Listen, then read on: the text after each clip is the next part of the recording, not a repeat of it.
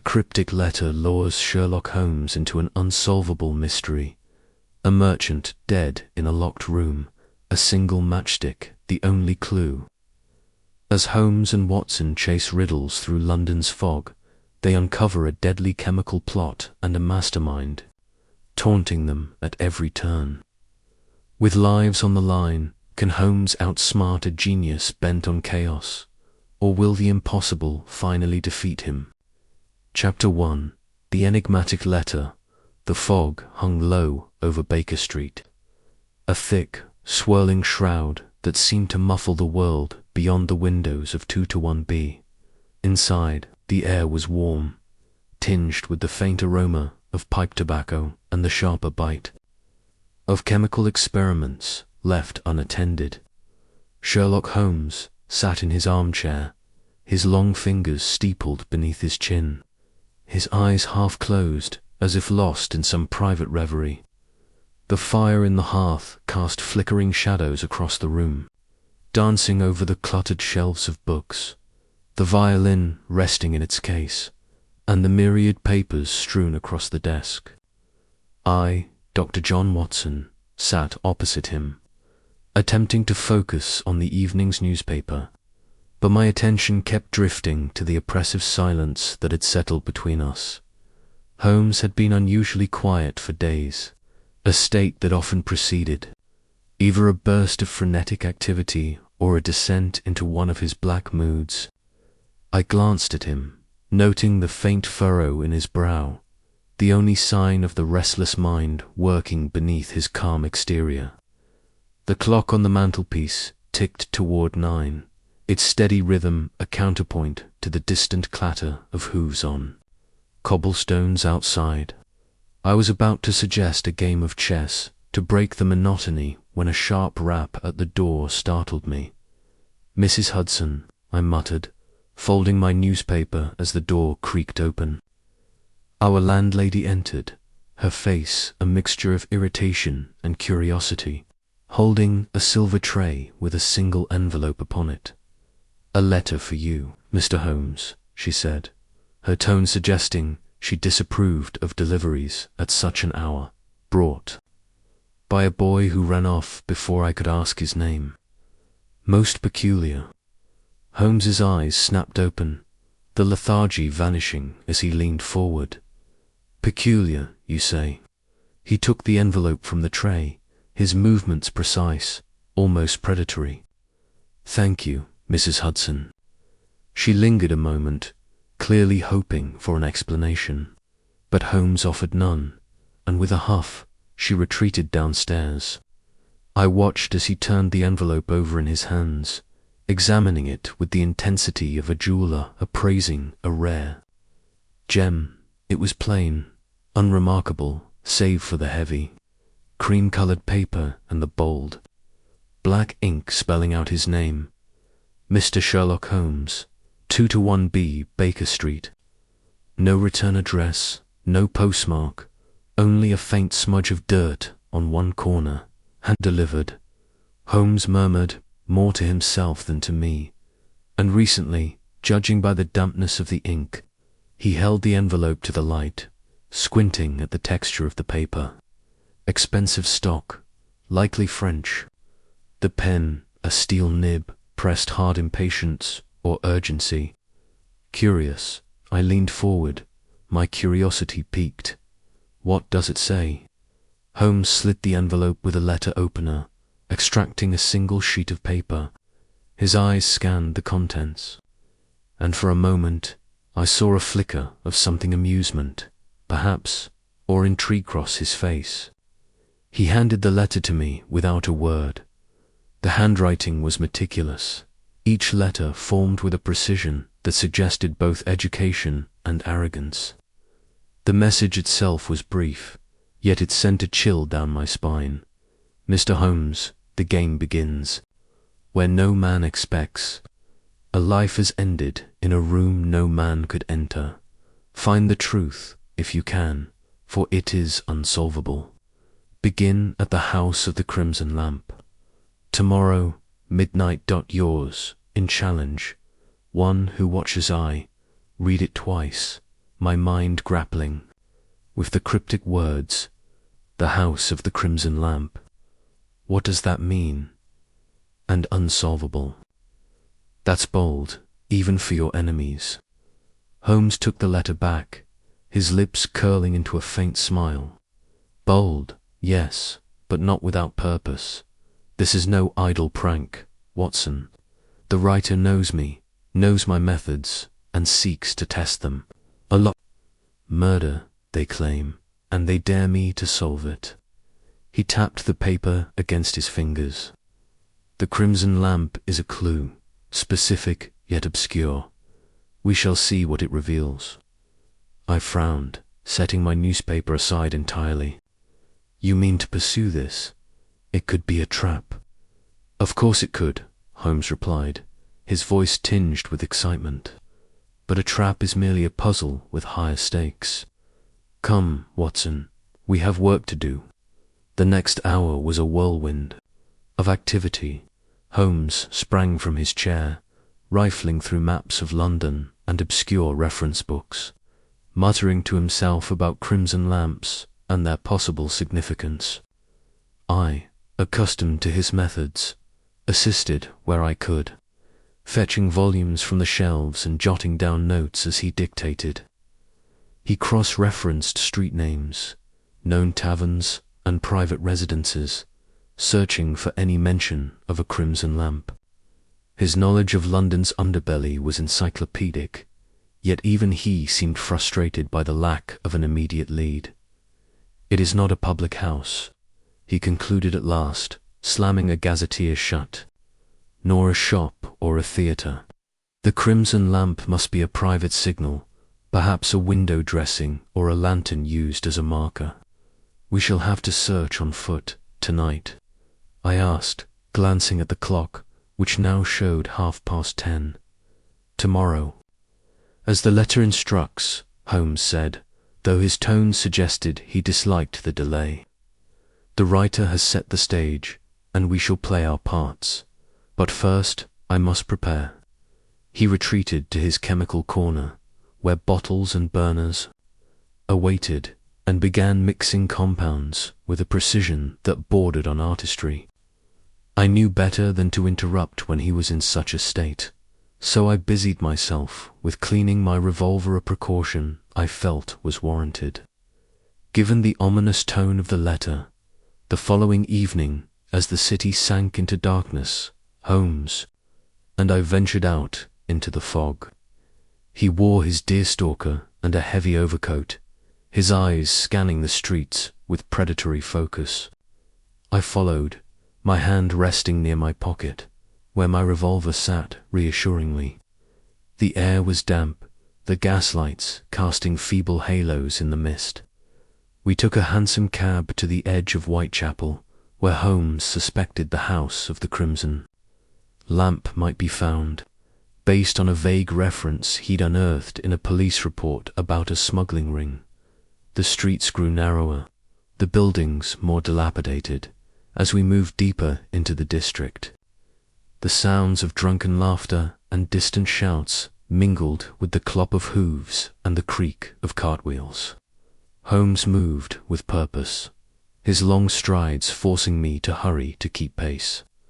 At last, he stopped before a row of terraced houses, their windows dark, save for one, where a faint red glow emanated from behind a curtain.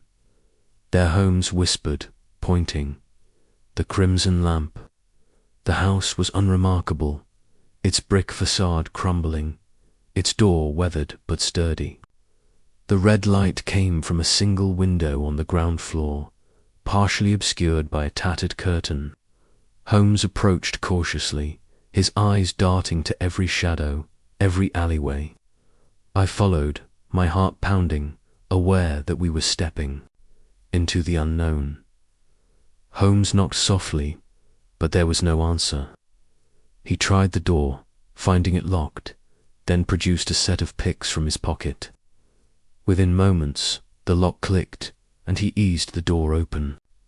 The interior was dim, the air heavy with the scent of dust and something sharper chemical, perhaps The crimson light came from a lantern on a table, its glass stained a deep red, casting an eerie glow across the room, and there, in the center of the room, lay a body. It was a man, middle-aged, dressed in fine but disheveled clothing. His face was frozen in a rictus of shock, his eyes wide, his hands clutched at his chest. The room was bare save for a chair, a table, and a lantern. Most striking of all was the door locked from the inside, with no windows or other exits visible. A classic locked-room mystery, just as the letter had promised. Holmes knelt beside the body, his fingers probing gently. "No wounds," he murmured. "No blood, no signs of a struggle. Yet the man is dead, and recently rigor mortis has not yet set in fully." He sniffed the air, his brow furrowing. A faint odor, something metallic, perhaps. I stood back, my medical instincts urging me to examine the body, but I knew better than to interfere with Holmes's process. "Poison," I suggested. "Possibly," he replied, his eyes scanning the room. "But administered how, and by whom?" "The door was locked, Watson, and the key is still in the lock on the inside." He pointed to the key, glinting faintly. In the red light, I felt a chill that had little to do with the damp air. "It's impossible," I said. "No one could have entered or left without breaking the lock." Holmes's smile was grim. "Impossible, Watson. That word is a challenge, not a fact. Let us see what else this room can tell us." He began a meticulous examination, crawling across the floor, inspecting every inch of the walls, the ceiling, even the underside of the table. I watched, marveling at his focus, his ability to see what others missed. At last, he paused by the lantern, lifting it carefully. Beneath it, on the table, was a single, unburned matchstick. "Curious," he said, holding it up to the light.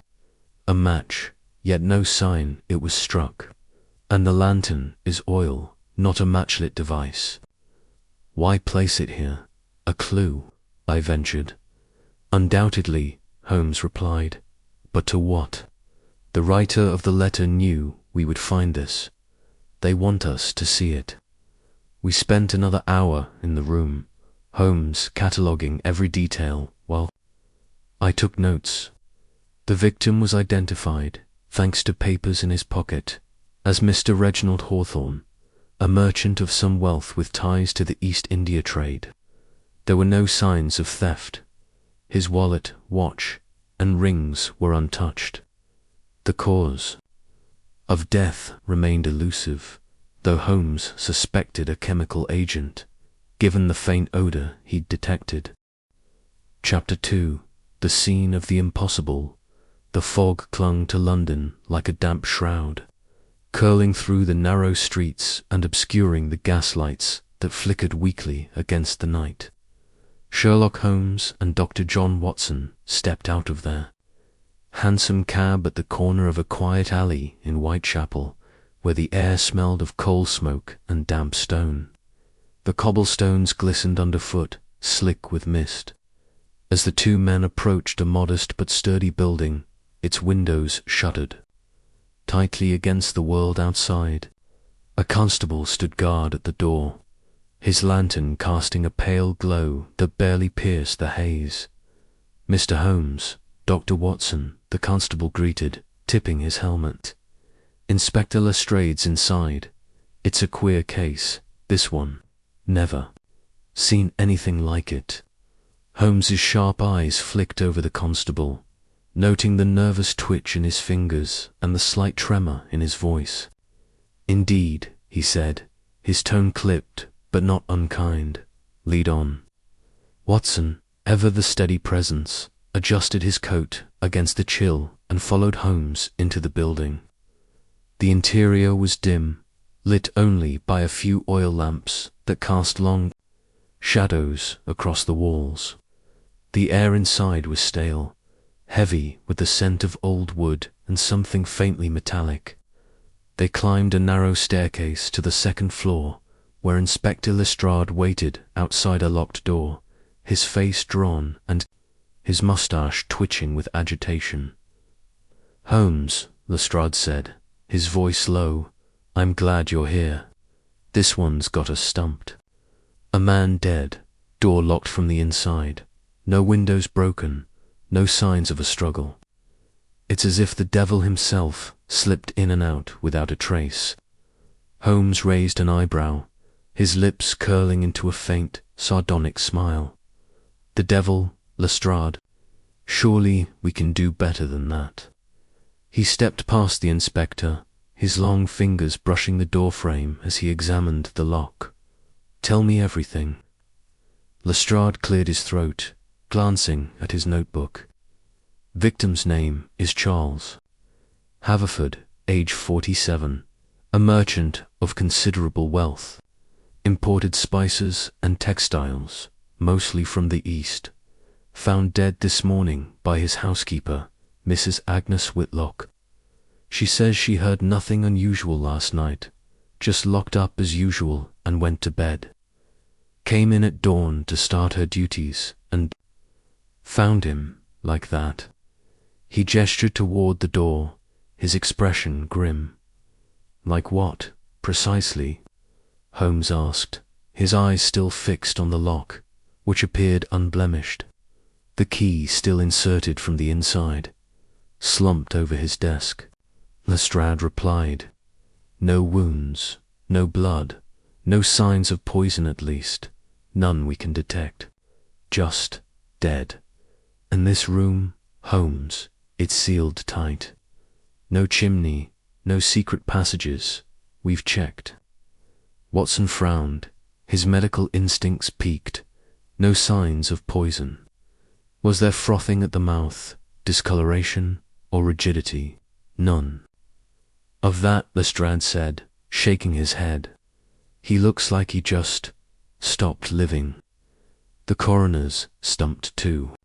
Holmes pushed the door open, the hinges creaking softly, and stepped into the room. Watson followed, his eyes adjusting to the dim light. The room was small but well appointed, with a heavy oak desk dominating the center. Papers were neatly stacked on its surface, alongside an inkwell and a quill. A single armchair sat by the desk, and a bookshelf lined one wall, filled with ledgers and volumes on trade and commerce. The air was colder here, almost unnaturally so, and Watson shivered despite himself. Charles Haverford's body remained where it had been found, slumped forward in the armchair, his head resting on the desk as if he'd simply fallen asleep. His face was pale, his eyes half open, staring blankly at the wood beneath him. His hands lay limp, one clutching a pen, the other resting near a single, unburned matchstick that lay on the floor just beneath the desk.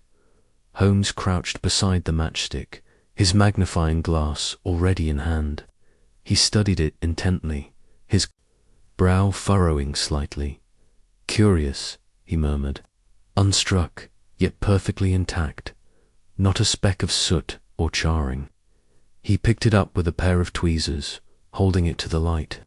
"And the wood, it's not native to England. This is cedar, likely from the Levant." Watson leaned closer, his curiosity overcoming his unease. "A matchstick.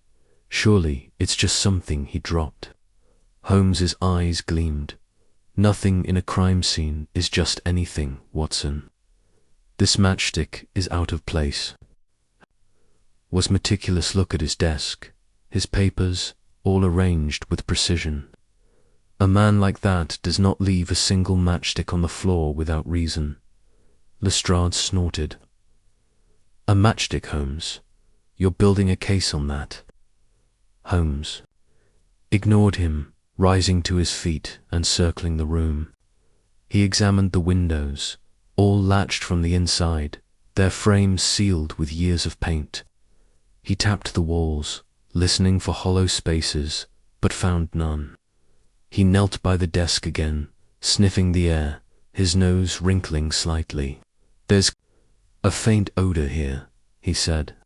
"Not the usual smells of a study ink, paper, tobacco, something chemical." Watson sniffed, catching only the faintest whiff of something acrid, almost imperceptible. Could it be cleaning solution? The housekeeper might have. "No," Holmes interrupted, his voice sharp. "This is not a household chemical. It's subtler, more complex, something volatile." He turned to Lestrade. "Has anything been removed from this room since the body was found?" "Not a thing," Lestrade said. "We left it exactly as we found it, per your usual demands." "Good." Holmes's gaze swept the room again, his mind clearly racing. "Watson, examine the body. Tell me what you see." Watson approached Haverford's body, his medical training taking over.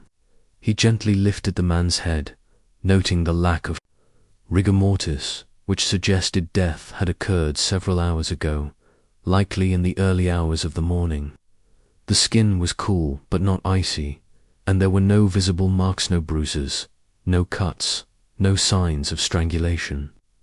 He checked the mouth and nose, finding no traces of foam or blood. "It's as Lestrade said," Watson concluded, stepping back. "No obvious cause of death. It's almost as if his heart simply stopped." "Almost," Holmes echoed, his tone laced with skepticism. He knelt beside the body, peering closely at Haverford's face. "Notice the eyes, Watson. The pupils are dilated, but not uniformly. There's a slight irregularity, as if something disrupted the nervous system." Watson frowned, leaning in again. "Could be a neurological event, a stroke, perhaps." "Possible, but unlikely," Holmes said. "A stroke would leave other signs, facial asymmetry, muscle tension. This is cleaner." He stood, his long coat swirling as he turned to Lestrade.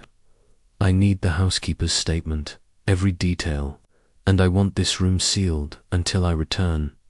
No one enters, not even the coroner." Lestrade nodded, though his expression betrayed his frustration. "You really think this is murder, Holmes? It could just be a heart attack, or, if it were a heart attack, Lestrade, there would be no need for an anonymous letter proclaiming an unsolvable crime," Holmes said, his voice cutting like a blade. "This is deliberate.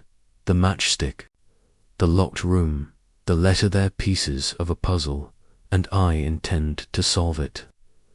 They left the room, the constable locking the door behind them. Downstairs, Mrs. Agnes Whitlock waited, a stout woman in her 50s with greying hair pulled tightly into a bun. Her hands twisted nervously in her apron as she recounted her morning. "I came in at 5, as always," she said, her voice trembling. "Mr. Haverford was particular about his breakfast being ready by 6. I knocked on his study door, but there was no answer. I thought he might be asleep, but when I used my key to check, there he was, dead as a stone." "Did you notice anything unusual last night?" Holmes asked, his eyes boring into hers. "Sounds, visitors, anything out of the ordinary?" She shook her head. "Nothing, sir. It was quiet, just the usual creaks of the house. Mr. Haverford kept to himself, mostly. No visitors after dark, not that I saw." "And this key," Holmes said, holding up the key that had been in the study lock. "Is it the only one?" "Yes, sir," Mrs. Whitlock said. "Mr. Haverford was particular about that. He didn't trust anyone, not even me, with a spare." Holmes nodded, pocketing the key. "Thank you, Mrs. Whitlock. That will be all for now." As they stepped back into the foggy street, Watson glanced at Holmes, whose face was set in deep, thought, "What now, Holmes? The matchstick, the locked room, where do we start?" Holmes's eyes gleamed with a familiar fire.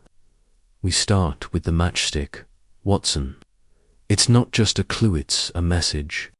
Whoever left it wanted us to find it, to puzzle over it, and I intend to find out why."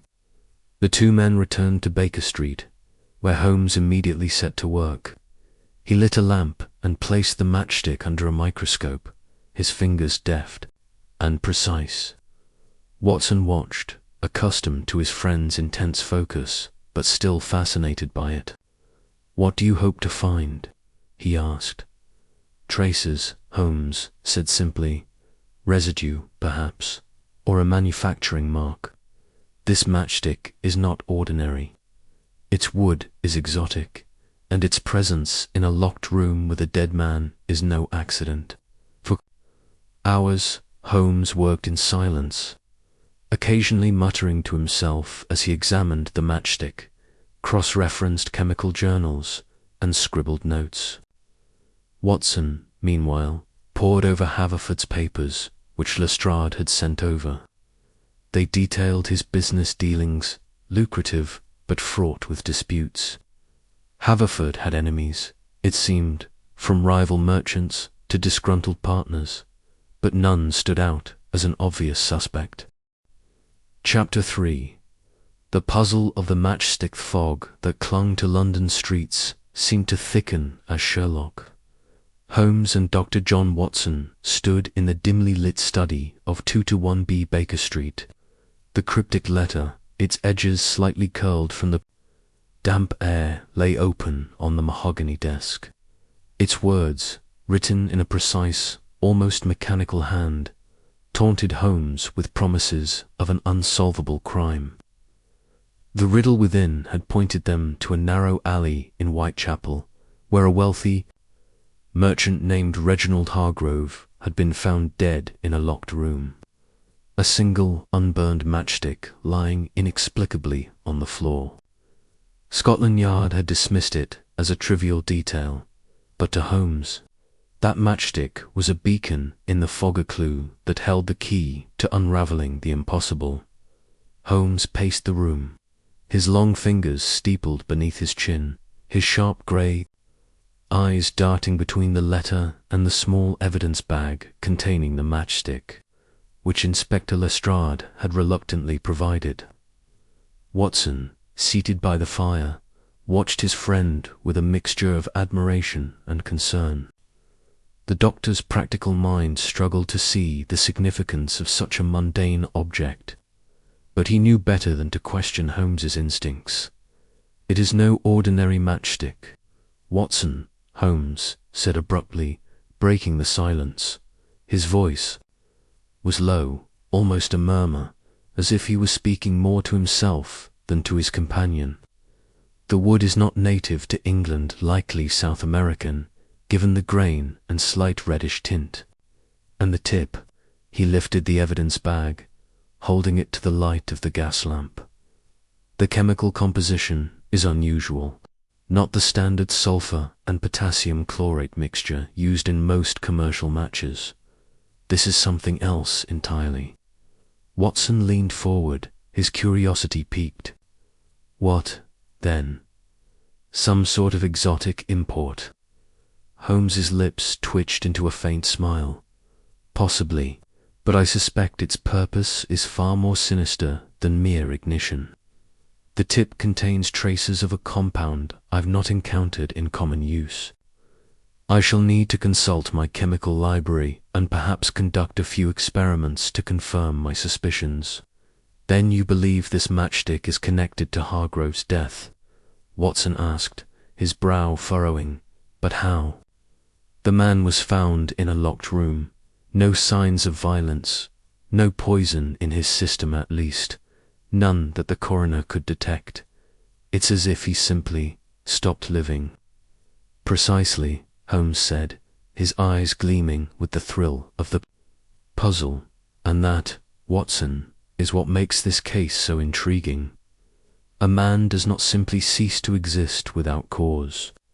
The absence of evidence is itself evidence of a method so clever, so precise, that it eludes the clumsy tools of Scotland. Yard, the matchstick, is our starting point, a deliberate clue left either by accident or design. We must determine which. The following morning, Holmes and Watson set out for the laboratory of Dr. Alistair Grayson, a chemist of some repute whom Holmes had consulted on prior cases involving obscure substances.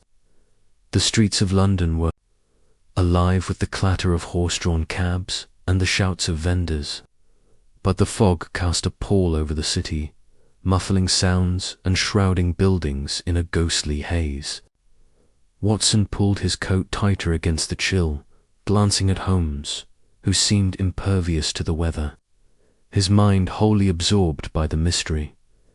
Dr. Grayson's laboratory was tucked away in a narrow street near the Strand, its unassuming exterior belying the wonders within. The air inside was thick with the sharp temps of chemicals, and shelves lined with bottles, beakers, and burners filled the space. Grayson himself, a wiry man with spectacles perched precariously on his nose, greeted them with a mixture of curiosity and wariness. "Mr. Holmes, Dr. Watson," Grayson said, wiping his hands on a stained apron. "To what do I owe this visit? Another case requiring my expertise, I presume." Holmes produced the evidence bag with a flourish.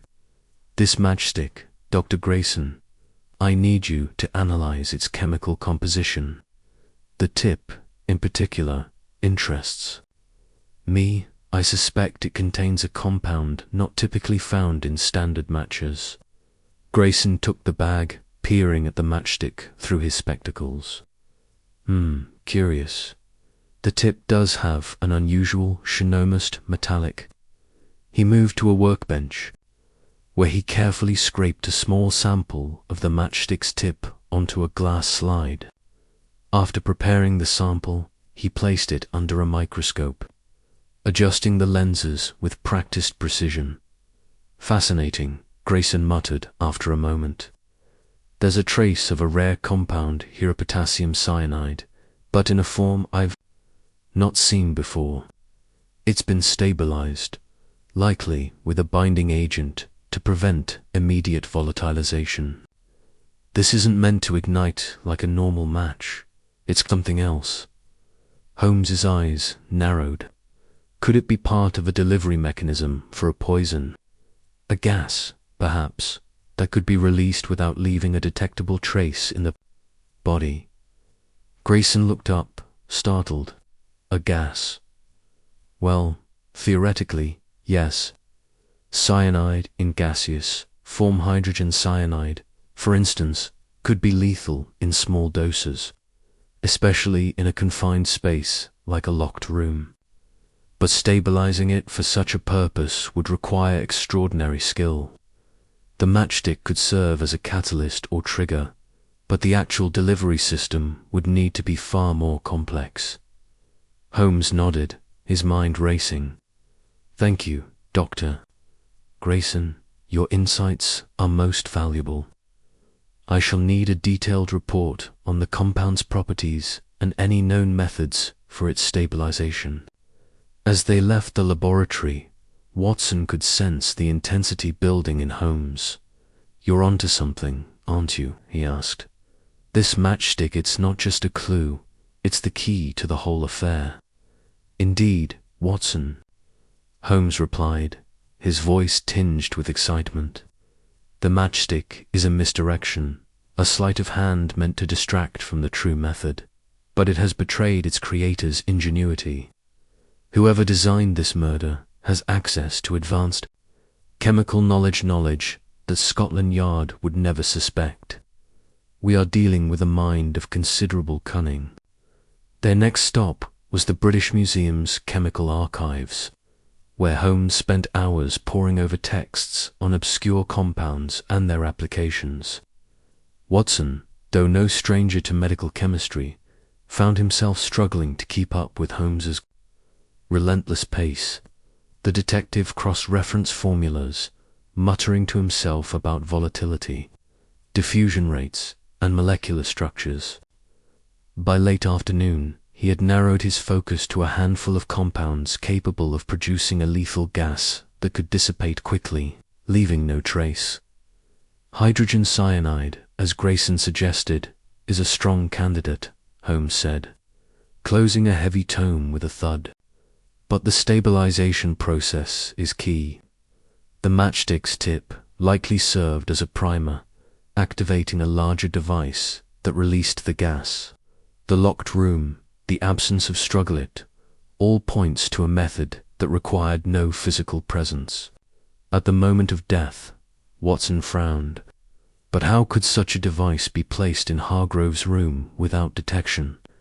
The windows were sealed, the door locked from the inside. Surely someone would have noticed something out of place. That, Watson, is the next piece of the puzzle, Holmes said. We must return to the crime scene. There is something we've overlooked, something subtle, hidden in plain sight. The alley in Whitechapel was even bleaker in the daylight, the fog giving way to a grim drizzle that soaked Watson's coat. The building where Hargrove had died was a modest office, its upper floor containing the locked room in question. Lestrade had ensured the scene remained undisturbed, though he had grumbled about the inconvenience. Holmes, ignoring the inspector's complaints, examined every inch of the room with meticulous care. The room itself was sparsely furnished. A desk, a chair, a small bookshelf, and a single gas lamp mounted on the wall. The windows were indeed sealed, their latches rusted from disuse. The door's lock was intact, with no signs of tampering. Hargrove's body had been found slumped at the desk, his face frozen in a serene expression, as if he had simply fallen, asleep. The matchstick had been discovered on the floor, a few feet away.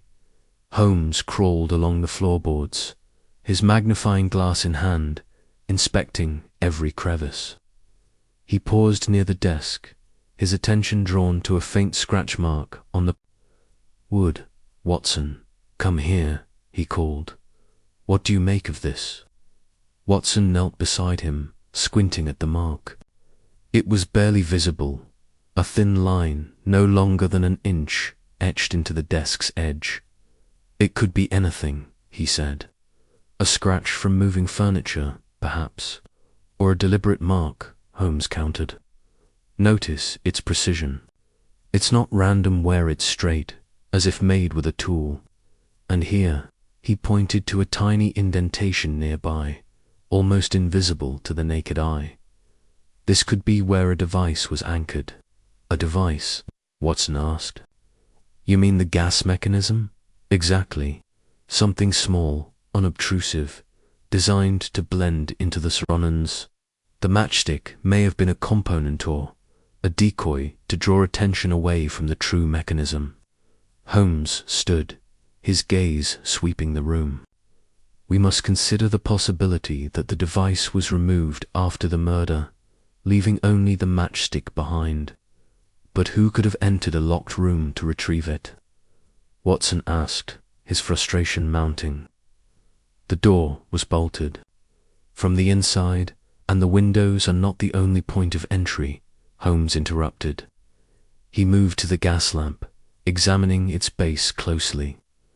This lamp is older than the others in the building, yet its fittings are pristine, curious. He tapped the metal casing, producing a faint, hollow sound. Watson, fetch me a screwdriver from my bag. Chapter 4. A trail through the underworld. The fog clung to London's streets like a shroud, its damp tendrils curling round the gas lamps that flickered weakly against the encroaching darkness. Sherlock Holmes, his coat collar turned up against the chill, moved with purpose through the labyrinthine alleys of Whitechapel. His face was half hidden beneath the brim of a worn cap, his sharp features softened by a layer of grime he'd applied to blend into the underbelly of the city. To the untrained eye, he was just another vagrant. a shadow among shadows. But his mind burned with the clarity of a man on the hunt. The cryptic letter and the locked room murder of the wealthy merchant, Charles Haverford, had set Holmes on a path that led inexorably to this moment. The single unburned matchstick found at the crime scene, a curious anomaly in a room otherwise untouched, had sparked a hypothesis.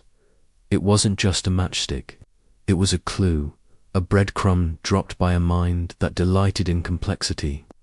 Holmes's deductions pointed to a chemical compound, something rare and sophisticated, beyond the ken of Scotland Yard's plodding inspectors. The trail had led him here, to the criminal underworld, where secrets were traded like currency and trust was a luxury few could afford. Holmes's destination was a dingy tavern called the Black Anchor, a notorious haunt for thieves, smugglers, and those who dealt in the city's darker trades. The chemist he sought, a man named Elias Varnum, was rumoured to operate from a back room there, concocting substances that could kill or cure with equal efficiency. Varnum's name had surfaced in whispers among Holmes's network of informants, men and women who skulked in the margins of society, their loyalty bought with coin or favours. If the matchstick's chemical residue was as unique as Holmes suspected, Varnum was the key to unlocking its origin. The tavern's door creaked as Holmes pushed it open, the smell of stale ale and unwashed bodies hitting him like a wave. The room was dimly lit, its air thick with tobacco smoke and the low hum of conversation. Rough-hewn men hunched over tables, their eyes darting to the newcomer before returning to their drinks. Holmes moved to the bar, his gait deliberately uneven, as if he'd had one too many. He ordered a pint, letting his voice slur just enough to sell the disguise. "Varnum, about," he muttered to the barkeep, a burly man with a scar running from ear to chin. The barkeep's eyes narrowed. "Who's asking?" "A mate who's got business," Holmes replied, sliding a coin across the counter. The barkeep pocketed it without a word, jerking his head toward a curtained doorway at the back. Holmes waited, nursing his drink, his senses attuned to every sound and movement. The tavern was a microcosm of London's underworld, a place where alliances were fragile and betrayal was commonplace. He noted the exits, the faces, the hands that lingered too long near coat pockets. A man in the corner, his hat pulled low, seemed to watch him a fraction too intently. Holmes filed it away, his mind a ledger of details. When the moment felt right, he slipped through the curtained doorway, descending a narrow staircase into a basement that reeked of chemicals and damp stone. The room was cluttered with vials, burners, and strange apparatus, a laboratory hidden beneath the city's surface. Elias Varnum stood at a workbench, his thin frame hunched over a bubbling flask. His hair was greasy, his eyes bloodshot, but there was a sharpness to his movements that belied his dishevelled appearance. "You're not one of my usuals," Varnum said without looking up, his voice clipped. "What do you want?" "Information," Holmes said, dropping the vagrant slouch and letting his true voice cut through the air. "About a chemical compound, one that leaves no trace save for a faint residue on a matchstick." Varnum froze, his hand hovering over a pipette. "Don't know what you're talking about." Holmes stepped closer, his eyes locked on the chemist's. "You do, and you'll tell me, or I'll ensure every thug in Whitechapel knows you've been selling secrets to Scotland Yard." Varnum's face paled, but he forced a laugh. "You're bluffing, am I?" Holmes's voice was low, almost a growl. "Charles Haverford, found dead in a locked room. No signs of violence, no poison in his blood, but a matchstick, unburned, lying on the floor." I've analyzed the residue myself traces of a compound derived from a rare alkaloid, one you're known to experiment with. Shall I continue? Varnum's bravado crumbled. He set the pipette down, his hands trembling. All right, all right. I made something. A gas, odorless, tasteless. Kills in minutes, leaves no trace. But I didn't use it. I sold it. That's all I do sell to those who pay, who bought it. Holmes pressed. I don't know his name, never do. He came. Through a middleman, paid in cash. Wore a cloak, kept his face hidden. Said he needed something, discreet. Holmes's mind raced. A cloaked figure, a middleman, a murder designed to baffle. The pieces were falling into place, but the puzzle was far from complete. Described the middleman. Varnum hesitated, then spoke. Short, wiry, called himself Finch. Had a limp. Left leg, works out of the docks, moves goods for the high-ups. That's all I know. Holmes nodded, committing the details to memory. One last thing. The gas house it deployed. Varnum's eyes darted to a small metal canister on the workbench. Timed release. Small enough to hide in a pocket or a lamp. Once it's set, you've got maybe 10 minutes before it goes off. No sound, no mess. Holmes picked up the canister, turning it over in his hands. It was ingenious, a perfect tool for an impossible crime. If I find out you're lying, he said, I'll be back, and you won't like what follows. He left Varnum trembling in his lair, the canister tucked into his coat. The chemist's fear was genuine, but Holmes knew he wasn't the mastermind. The real player was still out there, orchestrating from the shadows. Meanwhile, Dr. John Watson paced the sitting room at 2-1B Baker Street, his worry gnawing at him like a persistent ache. Holmes had vanished into the night with only a cryptic note, following a lead. Stay put. But staying put was not in Watson's nature, not when his friend was diving headlong into danger. The locked-room murder had unsettled him, not just the crime itself, but the audacity of it, the taunting riddle in the letter. Whoever was behind this was playing a game, and Holmes was their target. Watson pulled on his coat and grabbed his revolver, its weight a small comfort. He'd seen Holmes go undercover before, slipping into the skin of a beggar or a sailor with unsettling ease. But Whitechapel was a viper's nest. If Holmes was chasing a lead there, he'd need backup, whether he admitted it or not. The doctor took a cab to the edge of White Dot, SPRINTF, hidden beneath the brim of a worn cap. His sharp features softened by a layer of grime he'd applied to blend into the underbelly of the city.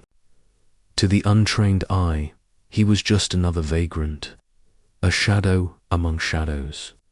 But his mind burned with the clarity of a man on the hunt. The cryptic letter and the locked-room murder of the wealthy merchant, Charles Haverford, had set Holmes on a path that led inexorably to this moment. The single unburned matchstick found at the crime scene, a curious anomaly in a room otherwise untouched, had sparked a hypothesis. It wasn't just a matchstick, it was a clue, a breadcrumb dropped by a mind that delighted in complexity. Holmes's deductions pointed to a chemical compound, something rare and sophisticated. Beyond the ken of Scotland Yard's plodding inspectors, the trail had led him here, to the criminal underworld, where secrets were traded like currency and trust was a luxury few could afford. Holmes's destination was a dingy tavern called the Black Anchor, a notorious haunt for thieves, smugglers, and those who dealt in the city's darker trades. The chemist he sought, a man named Elias Varnum, was rumoured to operate from a back room there, concocting substances that could kill or cure with equal efficiency. Varnum's name had surfaced in whispers among Holmes's network of informants men and women who skulked in the margins of society, their loyalty bought with coin or favors. If the matchstick's chemical residue was as unique as Holmes suspected, Varnum was the key to unlocking its origin. The tavern's door creaked as Holmes pushed it open, the smell of stale ale and unwashed bodies hitting him like a wave. The room was dimly lit, its air thick with tobacco smoke and the low hum of conversation. Rough-hewn men hunched over tables, their eyes darting to the newcomer before returning to their drinks. Holmes moved to the bar, his gait deliberately uneven, as if he'd had one too many. He ordered a pint, letting his voice slur just enough to sell the disguise. "Varnum, about," he muttered to the barkeep, a burly man with a scar running from ear to chin. The barkeep's eyes narrowed. "Who's asking?" "A mate who's got business," Holmes replied, sliding a coin across the counter. The barkeep pocketed it without a word, jerking his head toward a curtained doorway at the back. Holmes waited, nursing his drink, his senses attuned to every sound and movement. The tavern was a microcosm of London's underworld, a place where alliances were fragile and betrayal was commonplace. He noted the exits, the faces, the hands that lingered too long near coat pockets. A man in the corner, his hat pulled low, seemed to watch him a fraction too intently. Holmes filed it away, his mind a ledger of details. Chapter 5. The shadowy figure. The fog hung low over London, a thick grey shroud that clung to the cobblestones and muffled the clatter of hooves and the distant cries of newsboys. It was the kind of night that seemed to whisper secrets, where every shadow could conceal a threat or a clue. Sherlock Holmes, his greatcoat pulled tight against the damp, moved swiftly through the narrow alleys of Whitechapel, his sharp eyes scanning every doorway and corner. His mind was a machine in motion, piecing together fragments of the cryptic case that had begun with the enigmatic letter and the impossible murder of the wealthy merchant, Reginald Hawthorne.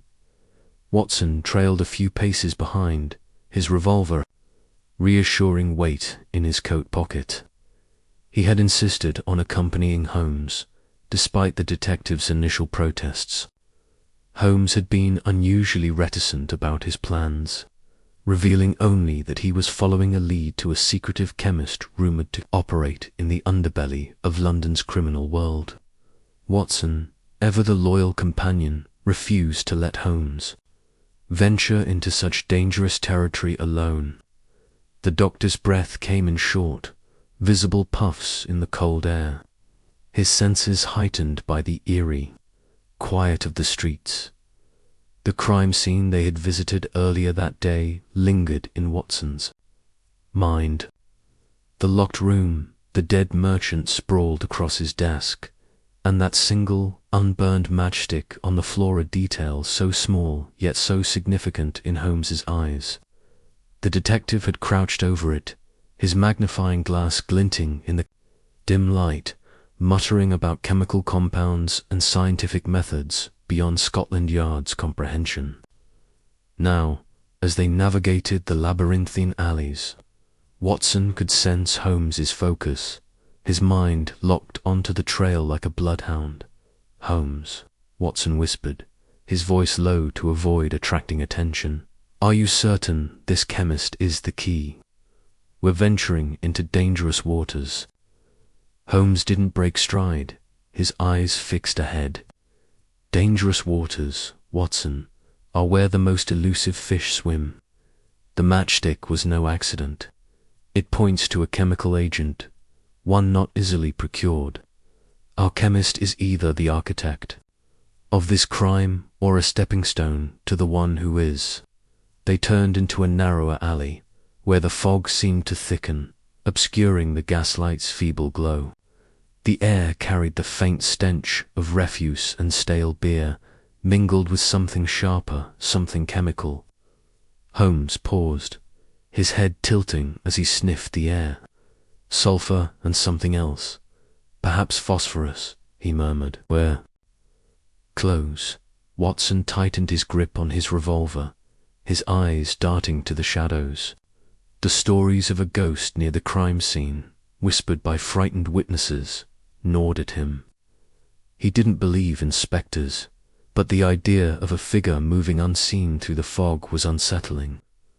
Holmes, of course, had dismissed the supernatural talk with a wave of his hand, insisting the ghost was merely a clever criminal exploiting the city's fears.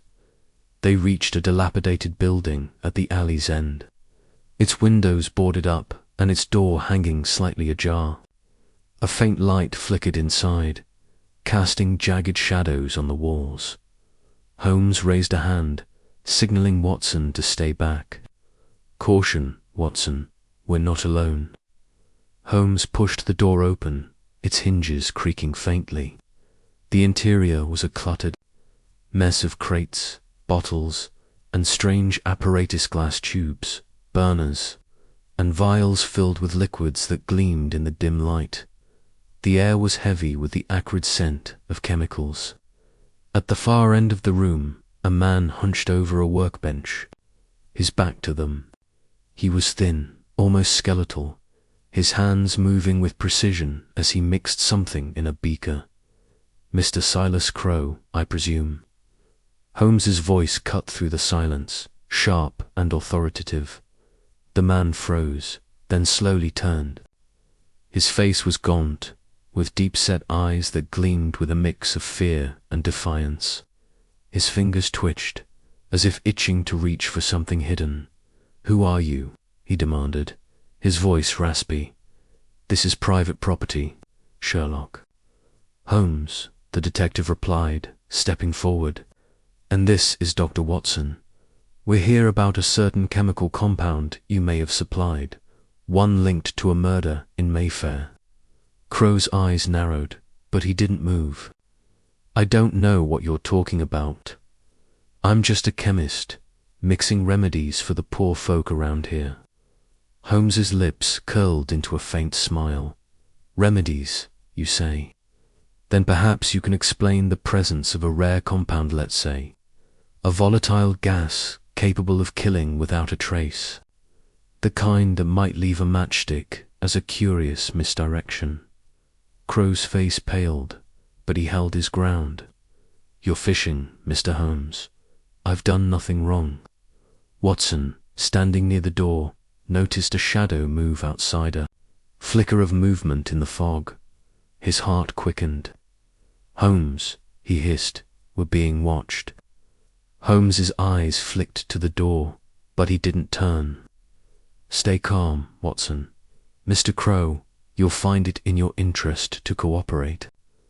The man who died was no ordinary merchant, and the method of his death was no ordinary poison.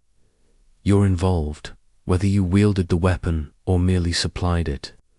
Crowe's hands trembled, and he glanced at a drawer to his left.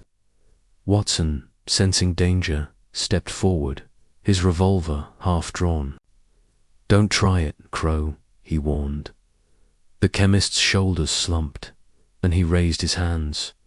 All right, I'll talk, but not here. It's not safe." Holmes's eyes gleamed. "Then where, Mr. Crowe, and who is it you fear?" Crowe hesitated, his gaze darting to the door. "There's a man, or something like one.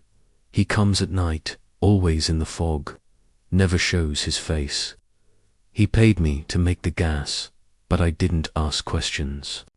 I swear I didn't know it was for murder." "The ghost?" Watson asked, his voice tinged with skepticism. Crowe nodded, his eyes wide. "That's what they call him. I don't know his name, but he's real enough. And he's watching. Always watching." Holmes's expression remained impassive, but Watson could see the gears turning in his mind. "Describe him," Holmes said. Tall, thin, moves like a shadow. Wears a cloak, hood up. I only saw his eyes once cold, like a snake's. He paid in gold, no questions asked. Said he'd know if I talked. Holmes stepped closer, his voice low and intense. And the gas, what was it? Crow swallowed hard. A compound I developed years ago. Colorless, odorless, dissipates in minutes. Kills by paralyzing the lungs. I thought it was for experiments, not murder. Watson felt a chill. The description matched the merchant's death. No signs of struggle, no visible poison, but the idea of a shadowy figure orchestrating it all was unsettling. Holmes, if this ghost is real, we're in over our heads. Holmes ignored him, his focus on Crow. Where can we find this man? Crow shook his head. You don't find him, he finds you. But there's a Plaza Tavern in Limehouse. The Black Anchor. He's been seen there. That's all I know. Holmes nodded, his mind already racing ahead. Very well, Mr. Crow. You'll remain here under Dr. Watson's watchful eye while I investigate this tavern. If you're lying, I'll know. Crow protested, but Holmes was already moving toward the door. Watson grabbed his arm.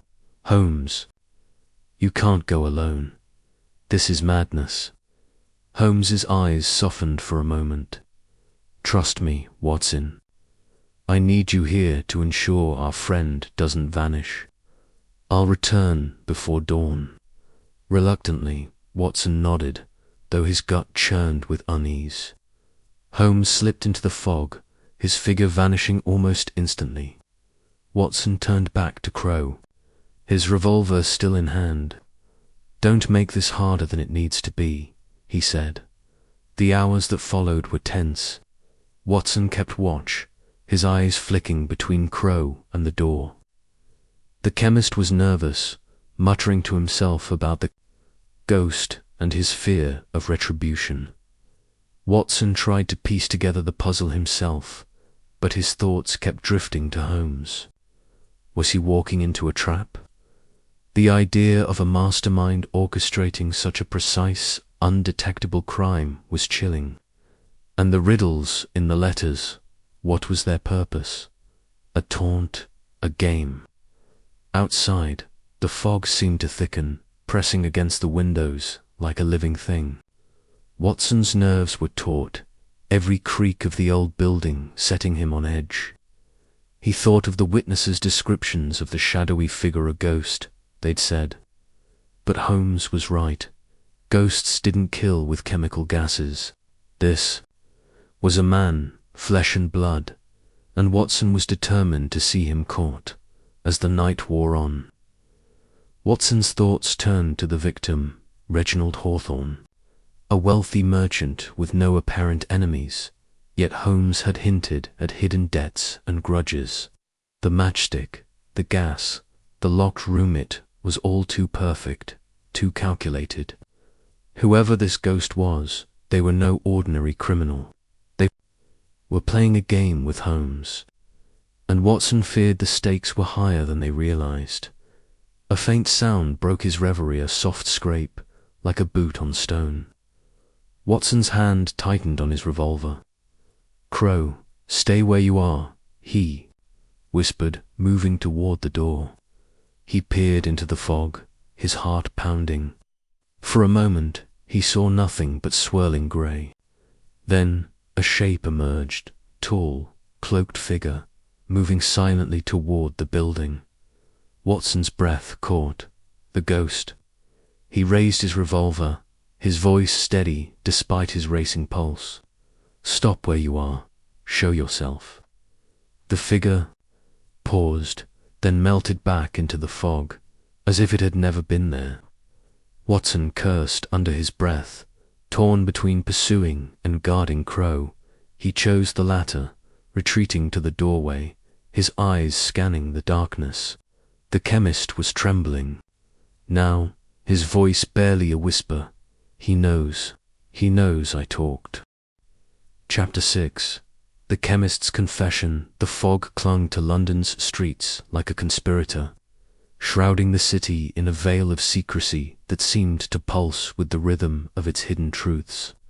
Sherlock Holmes, his sharp features half hidden beneath the brim of a tattered cap, moved through the narrow alleys of Whitechapel with the ease of a man who belonged to its shadows. His disguise a worn coat, a slouch in his posture, and a faint smudge of soot across his cheek transformed him into just another denizen of the city's underbelly.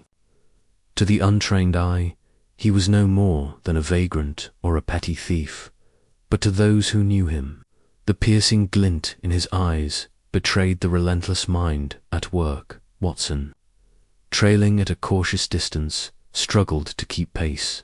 His heart thudded. With a mix of worry and exasperation, Holmes had insisted on venturing alone into this den of rogues. But Watson, ever the loyal companion, could not abide the thought of his friend facing danger without support. The doctor's boots scuffed against the slick cobblestones, his breath visible in the chilly air as he scanned the gloom for any sign of Holmes. The alley reeked of damp refuse and stale beer, and the distant clatter of a cartwheel echoed like a warning. Holmes had been cryptic about his destination, mentioning only a name: Elias Varnum, a chemist of dubious repute whose shop lay nestled in the heart of Whitechapel's labyrinthine streets. The matchstick found at the crime scene a solitary, unburned relic in a locked room where a man had died without a mark had led Holmes to suspect a chemical agent, one so sophisticated it baffled Scotland Yard's rudimentary tests. Varnum, Holmes had deduced, was the key to unlocking the method behind the impossible murder of the wealthy merchant, Silas Grantham. The shop came into view, its grimy windows barely illuminated by a flickering gas lamp.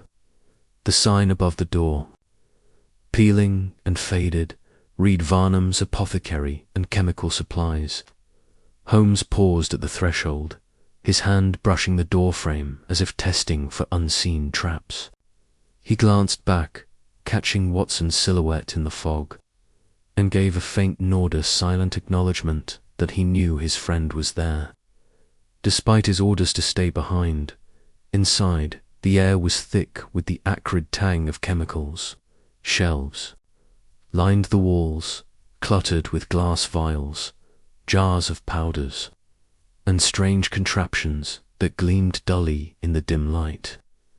Elias Varnum stood behind a cluttered counter, a wiry man with spectacles perched precariously on his nose.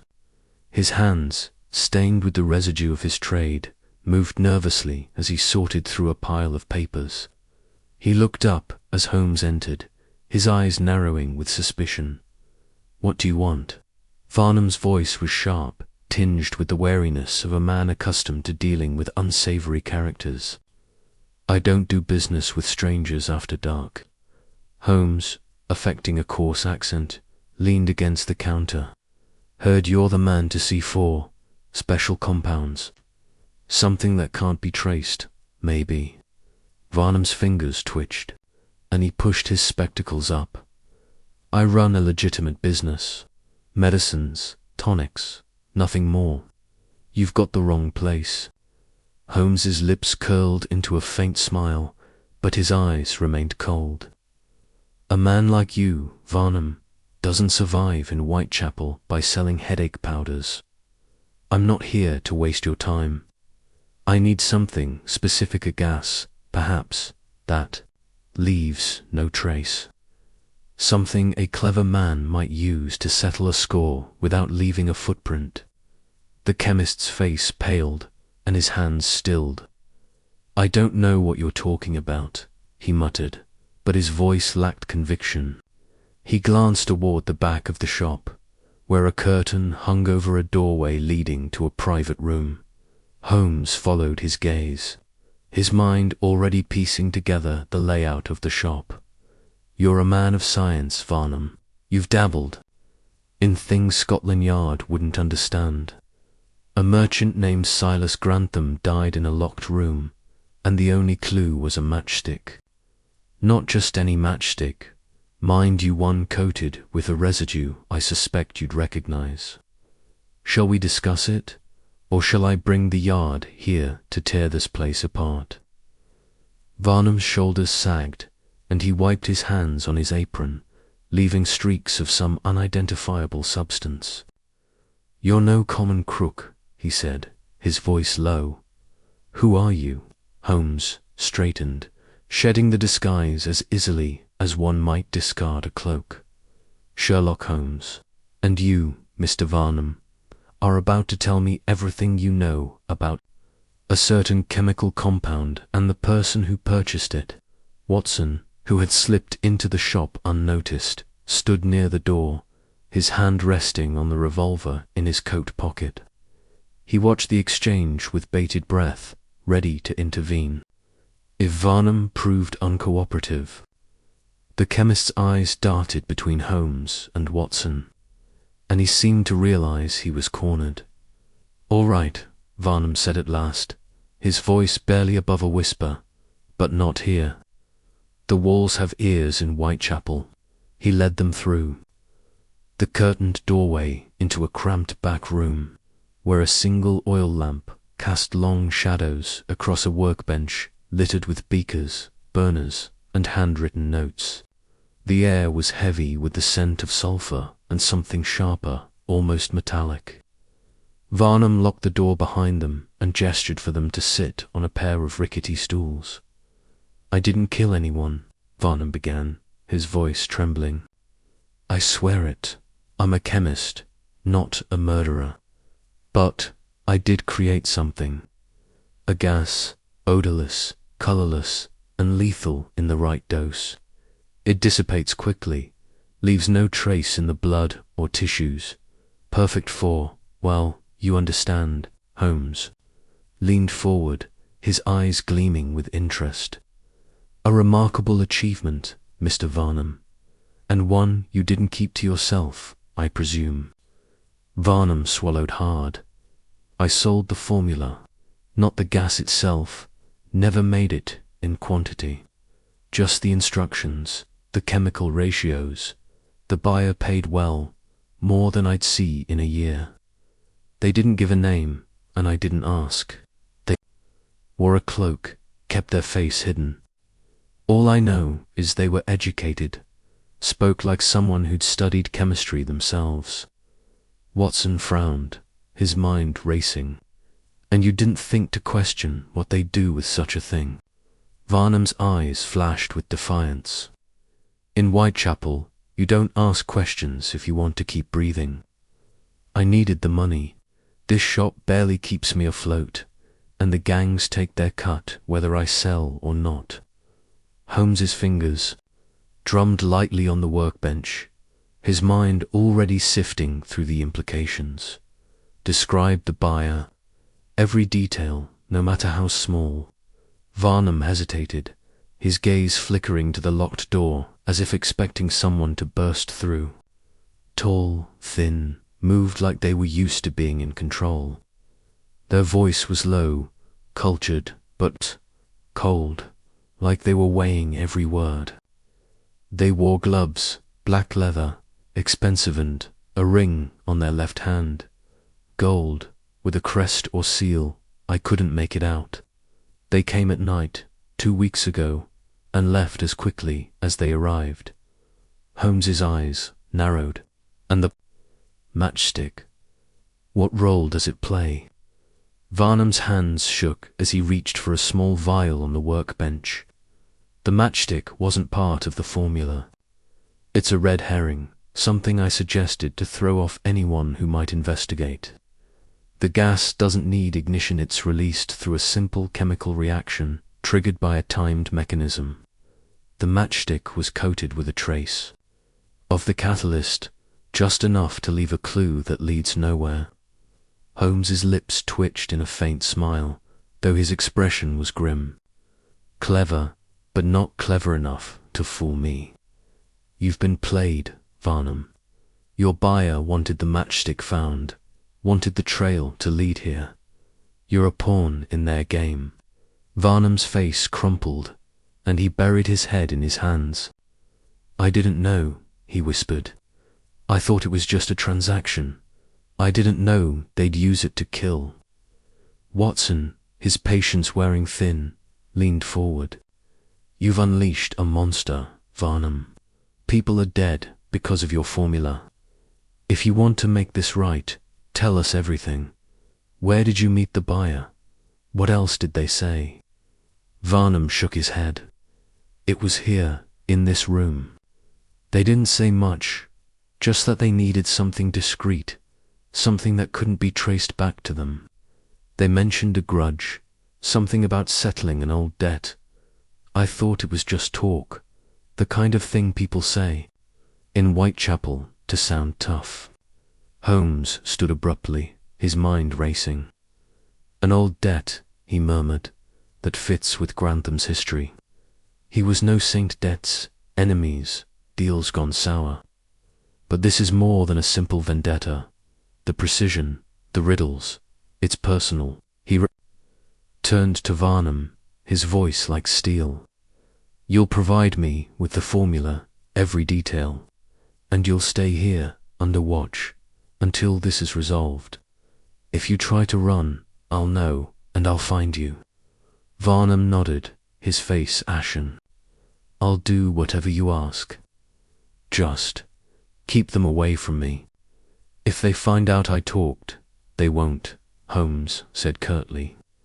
But you'll need to trust me. As they left the shop, Watson glanced at Holmes, his expression troubled. Do you believe him, Holmes? That he didn't know what the buyer would do? Holmes's eyes scanned the foggy street, his mind already elsewhere.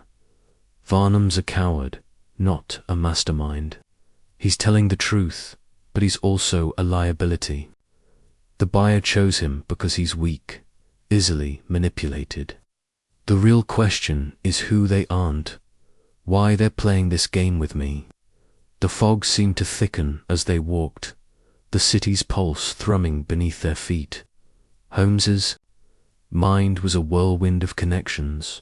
The matchstick, the gas, the buyer's ring, the cryptic letter that had started it all. Each piece was a fragment of a larger puzzle, and he was determined to see the whole picture. Chapter 7. A Web of Motives. The fog hung low over London, a shroud that seemed to cling to every cobblestone and gas lamp. Sherlock Holmes sat in his armchair at 221B Baker Street. His fingers steepled, his eyes narrowed as he stared into the fire. The room was silent save for the occasional crackle of the hearth and the faint ticking of the clock on the mantelpiece. Watson, seated across from him, leafed through a notebook filled with scribbled observations from their investigation, his brow furrowed. Holmes, Watson said, breaking the silence, this case grows more tangled by the hour. The matchstick, the chemist, the locked room, none of it seems to connect. Holmes's lips twitched into a faint smile, though his gaze remained fixed on the flames. On the contrary, Watson, everything connects. The difficulty lies in discerning the pattern. We are not dealing with a single thread, but a web, and at its center sits a spider we have yet to unmask. Watson closed his notebook with a sigh. You've said that before, but we're no closer to identifying this spider, the victim. Mr. Reginald Harrow was a merchant of considerable wealth, yet his death seems to have no obvious beneficiary. The locked room, the absence of poison or wounds, it's as if the man simply ceased to exist.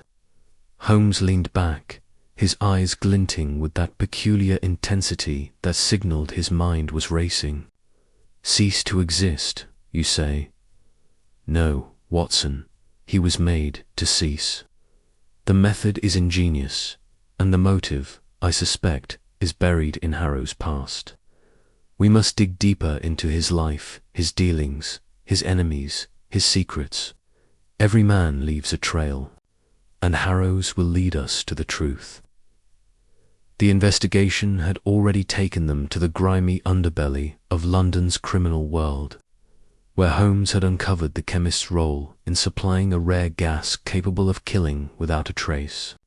Yet the chemist's confession had raised more questions than answers, pointing to an unknown buyer who had orchestrated the crime. Now, with the trail growing cold, Holmes turned his attention to the victim himself, convinced that the key to the mystery lay in Harrow's own history. The next morning, Holmes and Watson set out for the late merchant's offices in the city, a grand building near the Thames that housed Harrow and Sons Trading Company. The air was thick with the smell of coal smoke and river water as they stepped from their cab. The office was a hive of activity, clerks scurrying about with ledgers and papers, their faces pale and drawn, no doubt shaken by their employers. Sudden death.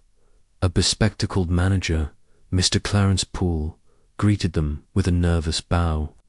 "Mr. Holmes, Dr. Watson, I wasn't expecting you. The police have already been here, asking questions. It's all so dreadful." Holmes waved a hand. Dismissively, "Scotland Yard's inquiries are of little consequence. I require access to Mr. Harrow's personal records, his correspondence, his financial ledgers, anything that might shed light on his private affairs." Poole hesitated, his fingers twitching at his collar. "His records are sensitive, sir. Mr. Harrow was a private man, and some of his dealings were, well, confidential." Holmes fixed the man with a piercing stare. "Confidentiality dies with the man, Mr. Poole. Either you provide the records, or I shall deduce their contents from your demeanor, which, I must say, betrays a certain unease. Shall we proceed?" Poole's face reddened, and he quickly led them to a private office at the back of the building. The room was opulent, with mahogany furniture and shelves lined with leather-bound books. A portrait of Reginald Harrow hung above the desk, his stern face gazing down as if guarding his secrets even in death. Holmes wasted no time, rifling through drawers and flipping through ledgers with the precision of a machine.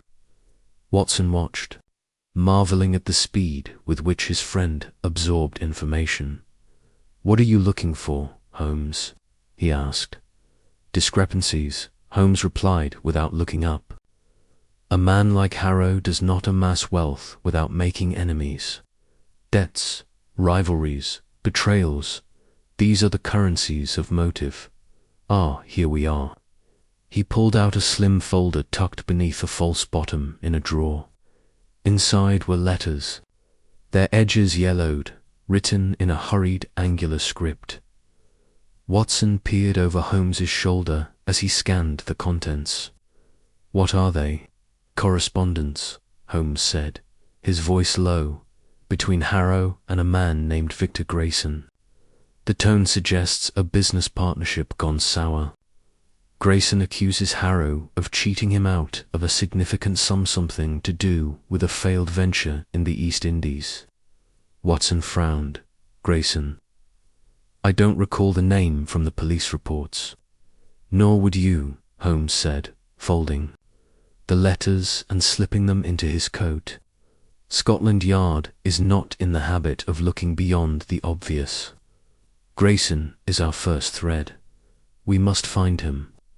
Their search for Victor Grayson led them to a dilapidated boarding house in Whitechapel, where the air was heavy with the stench of gin and unwashed bodies.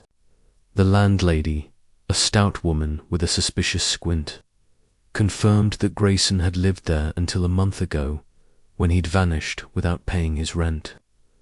"Always muttering about being owed money," she said, shaking her head. "Said he'd been ruined by a man named Harrow. I thought he was just drunk, but he had a wild look in his eye." Holmes pressed her for details, his questions sharp and precise. Had Grayson mentioned any plans? Had he received visitors? The landlady's answers were vague, but she recalled a man in a dark cloak who had come looking for Grayson shortly before his disappearance. Didn't give his name, she said. Looked like trouble, though. Had a scar across his cheek, like he'd been in a fight. Holmes's eyes gleamed. A scar, you say? Most interesting. Thank you, madam. As they left the boarding house, Watson glanced at Holmes. This scarred man do? You think he's the shadowy figure witnesses mentioned near the crime scene? Possibly, Holmes said, his tone guarded. But we must not leap to conclusions. The web is growing, Watson, and Grayson is but one strand. We need more. Their next stop was the Royal Society of Chemistry, where Holmes hoped to uncover information about another potential suspect, Dr. Elias Thorne, a disgraced scientist whose name had surfaced in Harrow's records. Thorne had once been a rising star in the scientific community, known for his work on volatile compounds, but his career had collapsed after a scandal involving falsified research. Harrow, it seemed, had been a financial backer of Thorne's experiments, only to withdraw his support when the scandal broke. The Royal Society's library was a cavernous space, its shelves groaning under the weight of scientific journals. A librarian, a thin man with a perpetually sour expression, directed them to Thorne's published works. Holmes scanned the pages, his fingers tracing lines of chemical formulas. Thorne's research focused on gases, he murmured, specifically, those that could be weaponized. Curious, don't you think, that our chemist mentioned a gas capable of killing without a trace? Watson nodded, though his mind was reeling. You think Thorne could be behind this? But why? Revenge for Harrow's betrayal.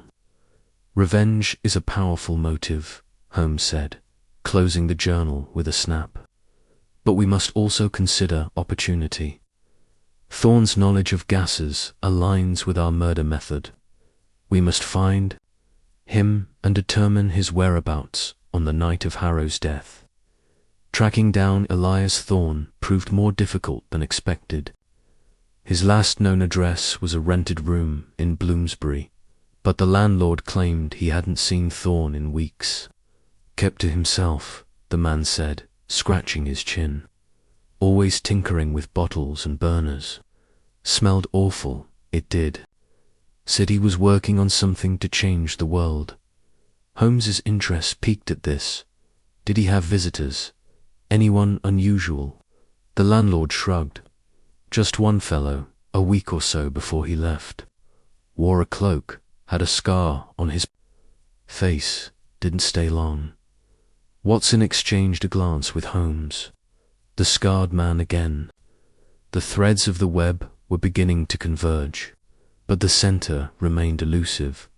Over the next few days, Holmes and Watson pursued every lead, their investigation taking them from the opulent drawing rooms of London's elite to the shadowed alleys of its slums.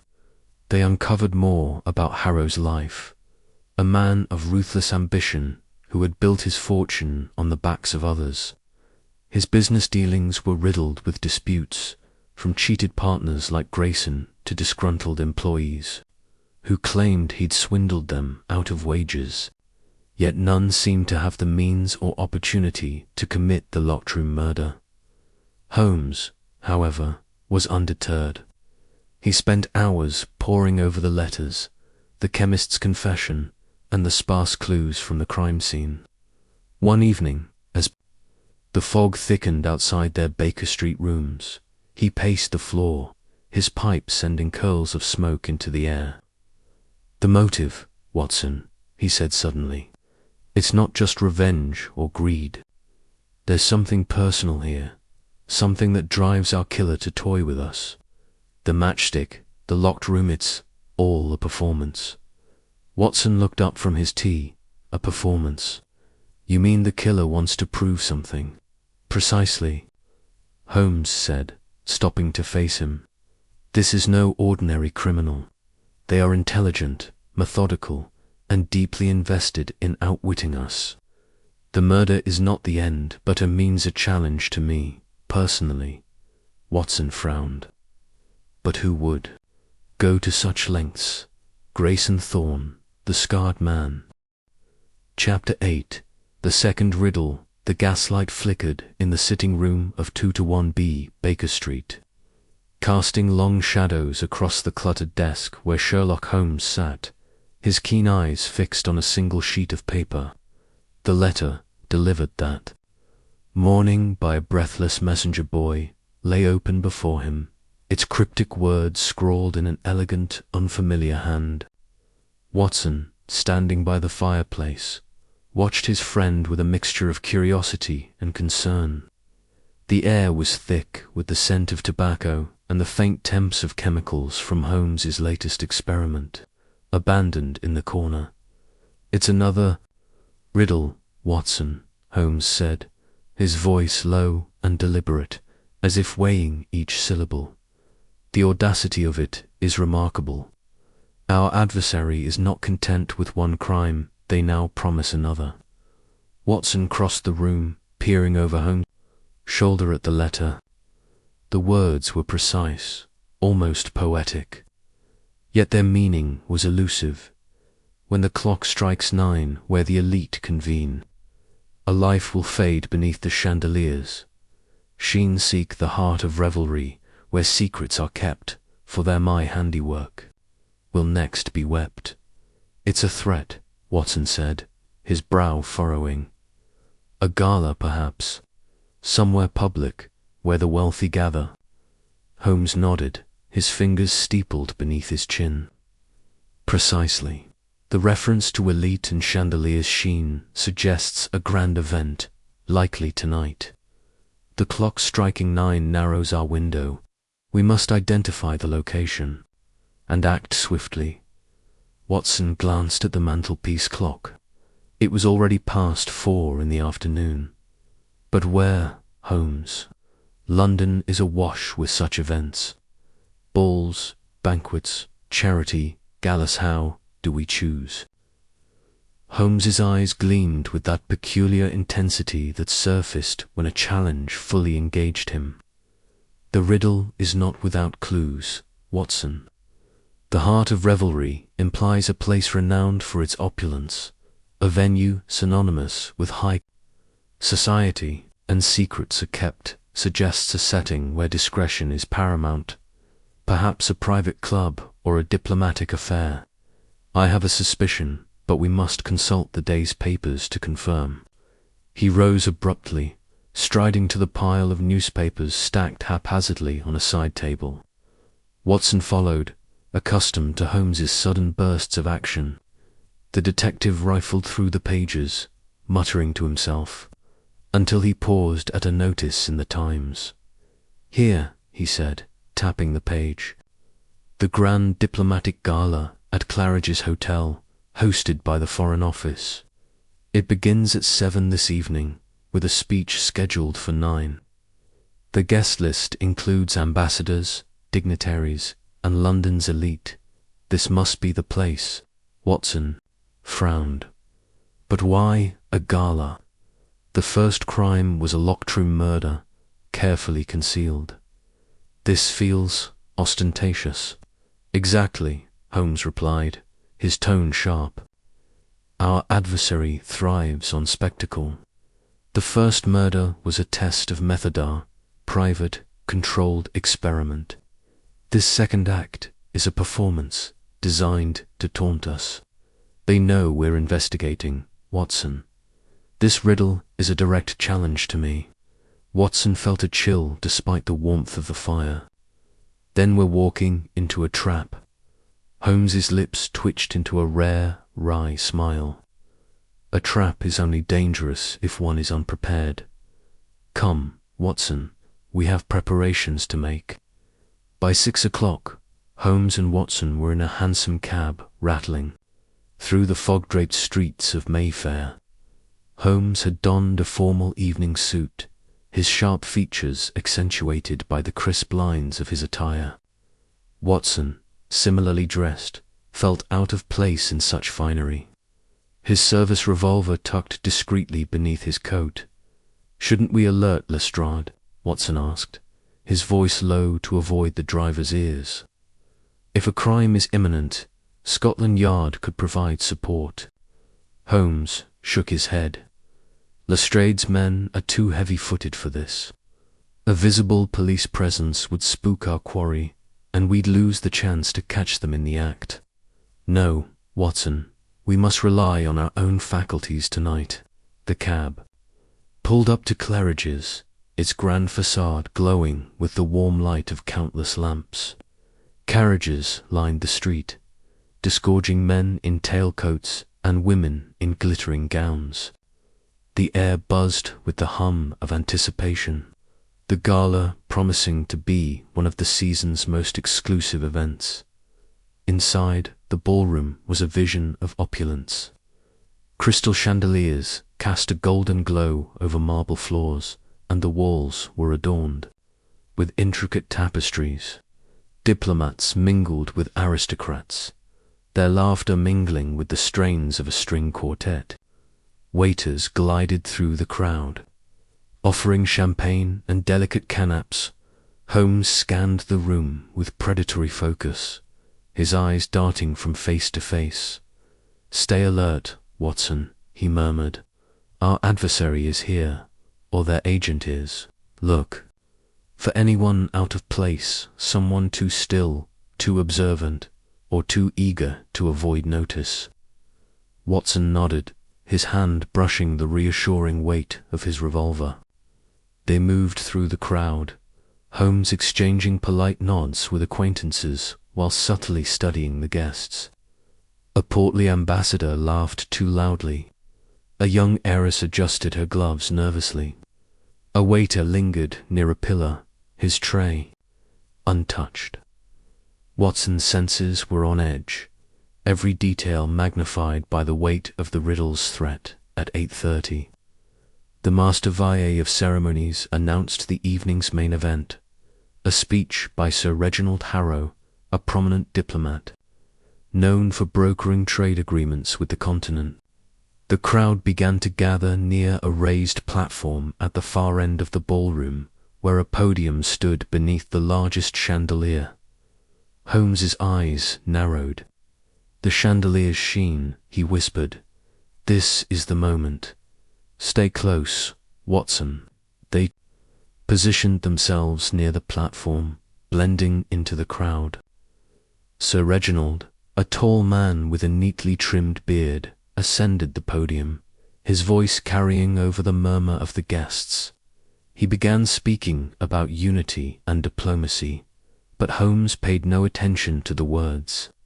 His gaze swept the room, searching for any sign of danger. At precisely 9 o'clock, as the clock in the hall chimed, a faint hiss reached Watson's ears. It was subtle, almost lost in the ambient noise, but Holmes's head snapped toward it. "There," he said, pointing to a small, ornate vase on a nearby table. It was one of many decorating the room, but this one emitted a barely perceptible wisp of vapor before Watson could react. Sir Reginald faltered his hand went to his throat, his face paling. The crowd gasped as he swayed, then collapsed, crumpling to the floor. Chaos erupted, women screamed, men shouted for a doctor, and the string quartet faltered into silence. Watson rushed to the podium, kneeling beside Sir Reginald. The man's pulse was weak, his breathing shallow. "He's alive, Holmes," Watson called, loosening the diplomat's collar. "But he's been poisoned. There's a faint chemical odor on his breath." Holmes was already at the vase, his handkerchief pressed to his face. "Not poison, Watson," he said grimly. "Gas. The same method as the merchant's murder. A timed release device, likely triggered by a chemical reaction. We were meant to find this. He examined the vase, his fingers deftly probing its base. "Clever," he muttered. "A false bottom conceals a small canister. The gas is odorless to most, but I detect a trace of anilina, byproduct of the compound our chemist described." Watson, still tending to Sir Reginald, looked up. "Can we save him?" "Possibly," Holmes replied. "Fresh air is the best antidote for now. Get him outside, Watson, and summon a doctor. I'll handle the crowd." Watson lifted Sir Reginald, enlisting the help of a nearby guest to carry him toward the doors. The crowd parted, their faces a mix of shock and curiosity. Holmes, meanwhile, climbed onto the podium, his voice cutting through the panic.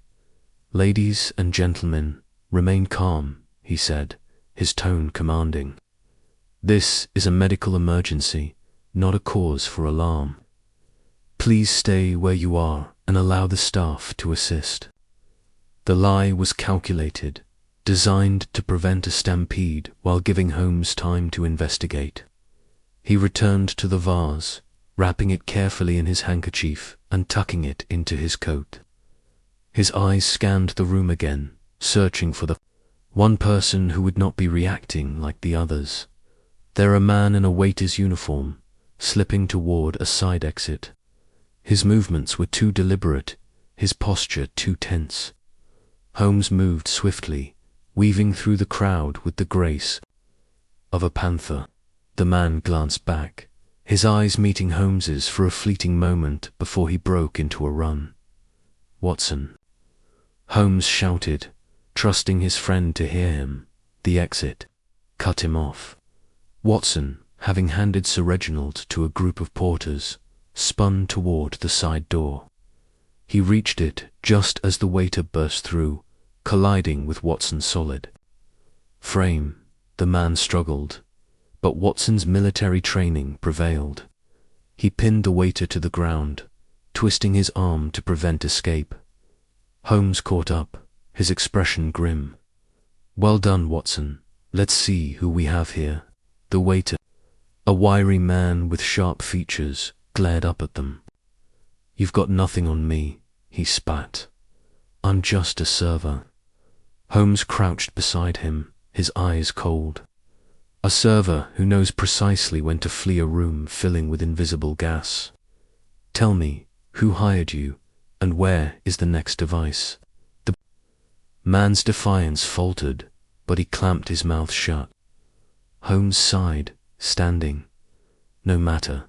Your silence confirms your role. Watson, bind his hands. We'll deliver him to Lestrade." As Watson secured the man's wrists with a borrowed cravat, Holmes's mind raced. The gala incident mirrored the first murder too closely to be coincidence. The gas, the timed delivery, the riddle all pointed to a single mind orchestrating both crimes. But why, and how many more were planned? Chapter 9. The gala incident. The fog that had clung to London's streets for days seemed to lift, if only slightly, as Sherlock Holmes and Dr. John Watson stepped out of their hansom cab onto the cobblestones of Grosvenor Square, the grand townhouse. Before them glowed with the warm light of chandeliers, their radiance spilling through tall windows and casting golden patterns on the pavement. The gala, hosted by Lord Reginald Ashburn, was in full swing, a glittering affair attended by diplomats, aristocrats, and the city's elite.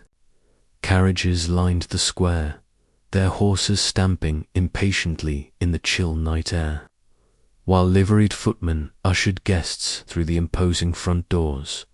Holmes's sharp eyes scanned the scene, his mind already dissecting the evening's possibilities. The second riddle, delivered to 2-1B Baker Street that morning, had been explicit in its warning. Another crime would occur tonight, at this very event.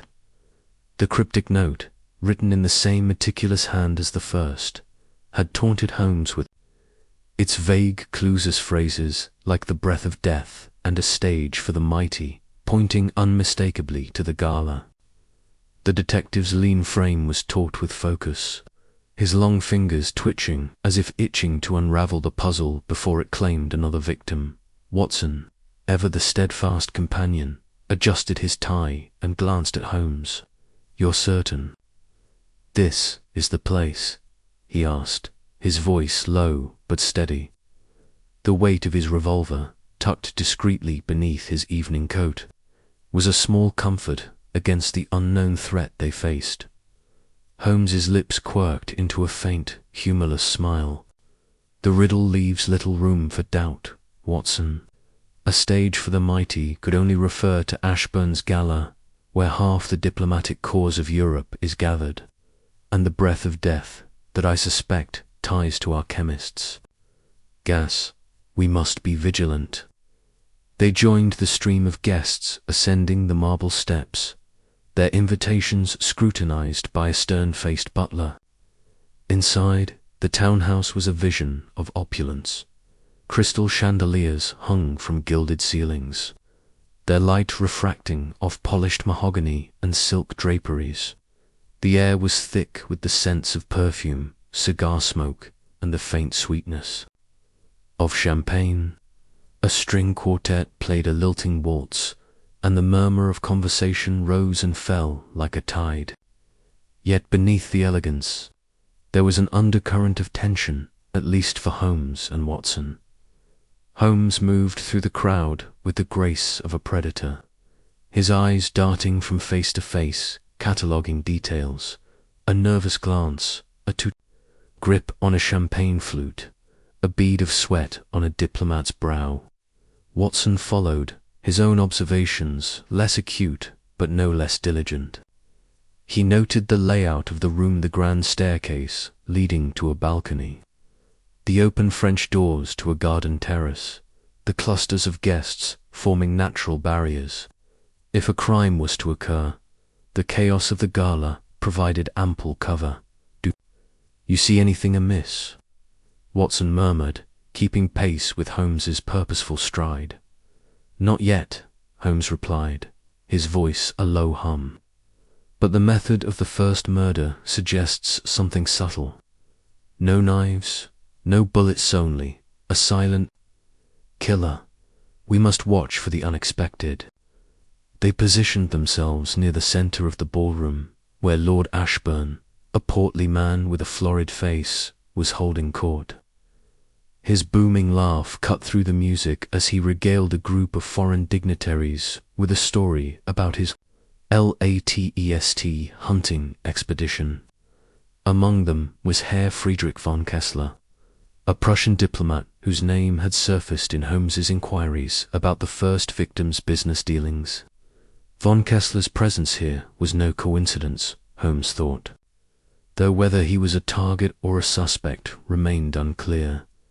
The evening wore on, the crowd growing merrier with each round of drinks.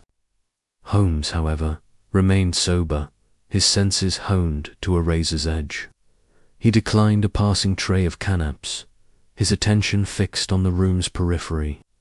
Watson, too, stayed alert, though he allowed himself a single glass of champagne to blend in. The riddle's phrase, "the breath of death," gnawed at him. It suggested poison, but the first murder had left no trace of any known toxin. Could it be the gas again, released in some insidious way?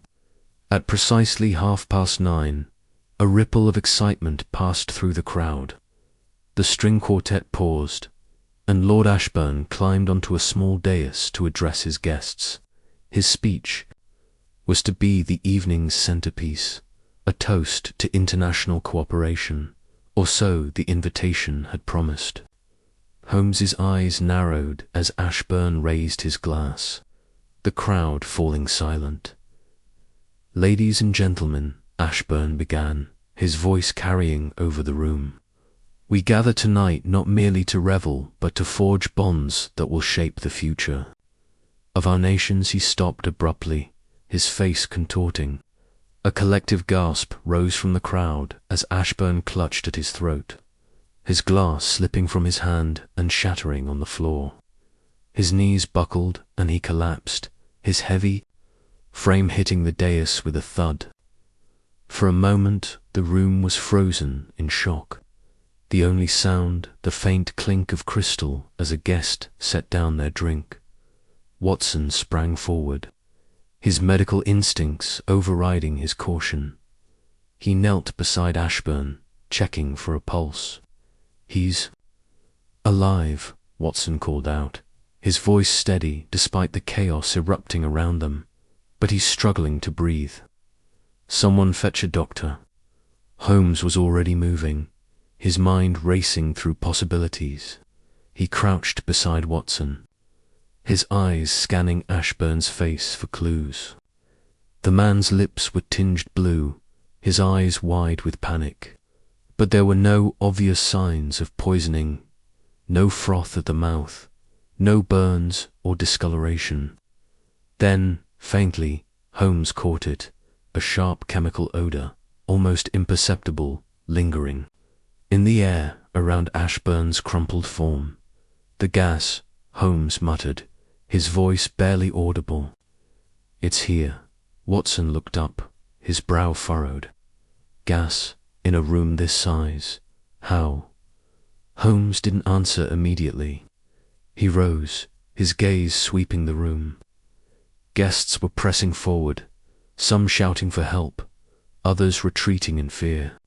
The French doors to the terrace were still open, a cool breeze stirring the curtains. Holmes's mind clicked through the facts. The gas from the first murder was odorless in its lethal form, but the chemist had mentioned a variant that carried a faint chemical scent during activation. This had to be it, but how was it delivered?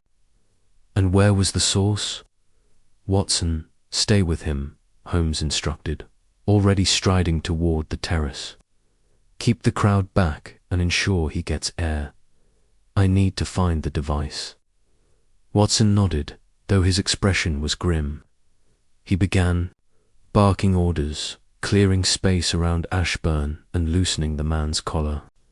Meanwhile, Holmes slipped through the French doors, his long coat billowing as he stepped into the night. The terrace was deserted, the garden beyond shrouded in darkness. He moved swiftly, his eyes scanning for anything out of placer glint, of metal, a discarded object, anything that could conceal a device. The riddle's words echoed in his mind. The breath of death. The gas had to be released close to Ashburn, but subtly enough to avoid detection. Holmes's thoughts turned to the first murder, where the matchstick had been a misdirection. Was there another such decoy here? He examined the terrace railing, the potted plants, the stone benches. Nothing seemed amiss, yet the chemical odor lingered, stronger now in the open air. Back inside, the chaos had intensified. A doctor had arrived, a thin man with spectacles, who knelt beside Watson, administering smelling salts to Ashburn. The diplomat's breathing was shallow but stabilizing, suggesting the gas's effects were temporary or diluted. Holmes re-entered the ballroom, his mind piecing together the puzzle. The gas couldn't have been released broadly. It was too precise, too targeted. It had to be something Ashburn had interacted with directly. Holmes's eyes fell on the shattered champagne glass at the edge of the dais. He knelt beside it, careful not to touch the shards. The faint chemical odor was stronger here, clinging to the glass. He leaned closer, his nose twitching. The odor wasn't coming from the liquid spilled on the floor, it was from the glass itself. Could the gas have been embedded in the crystal, released when Ashburn drank? No, that was too fantastical. But a coating, perhaps a thin film of the chemical compound, activated by the warmth of Ashburn's hand or the moisture of the champagne. "Watson," Holmes called sharply, beckoning his friend over the glass. "Did you notice anything unusual about it before it broke?" Watson frowned, wiping sweat from his brow. It looked like any other champagne flute. Crystal, I suppose. Why? Holmes didn't answer. He retrieved a handkerchief and carefully lifted a shard of the glass, holding it to the light. The surface shimmered faintly, not with the usual sparkle of crystal, but with an odd, almost oily sheen. He wrapped the shard and tucked it into his pocket.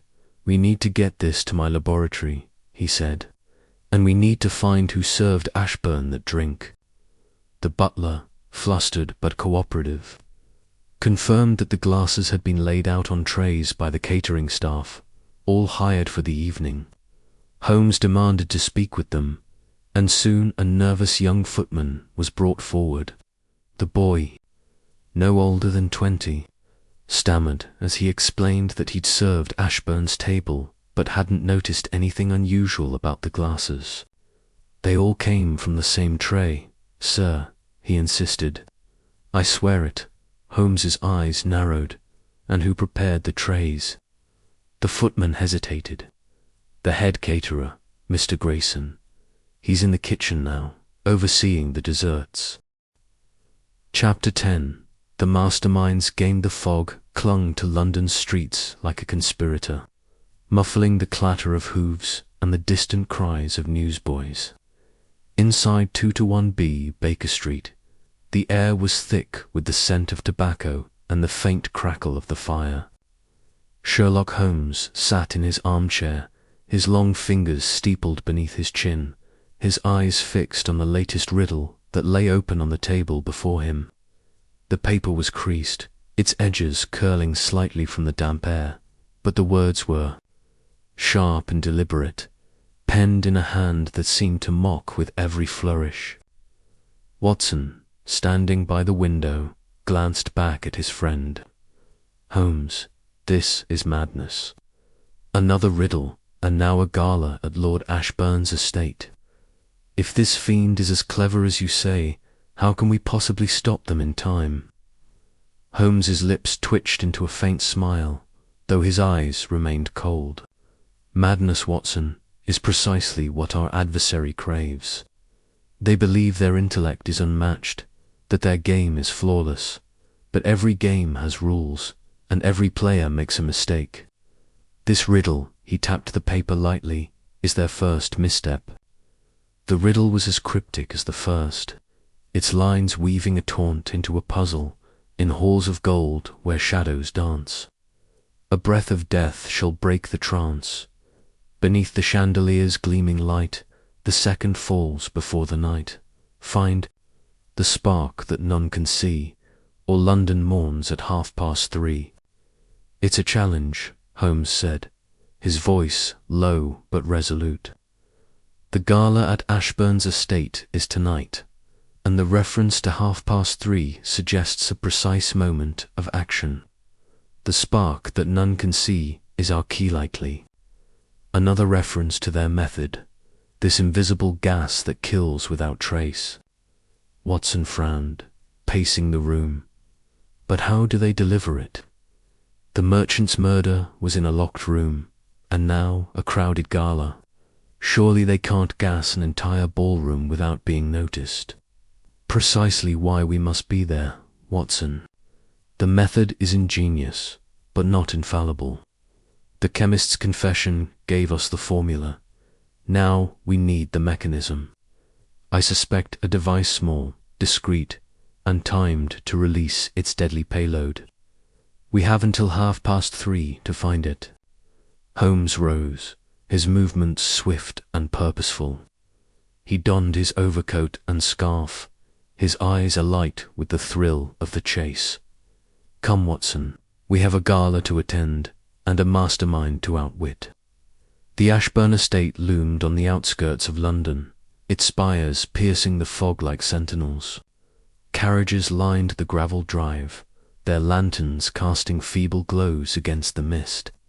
The gala was a glittering affair, a convergence of London's elite diplomats, lords, and industrialists mingling under the glow of crystal chandeliers.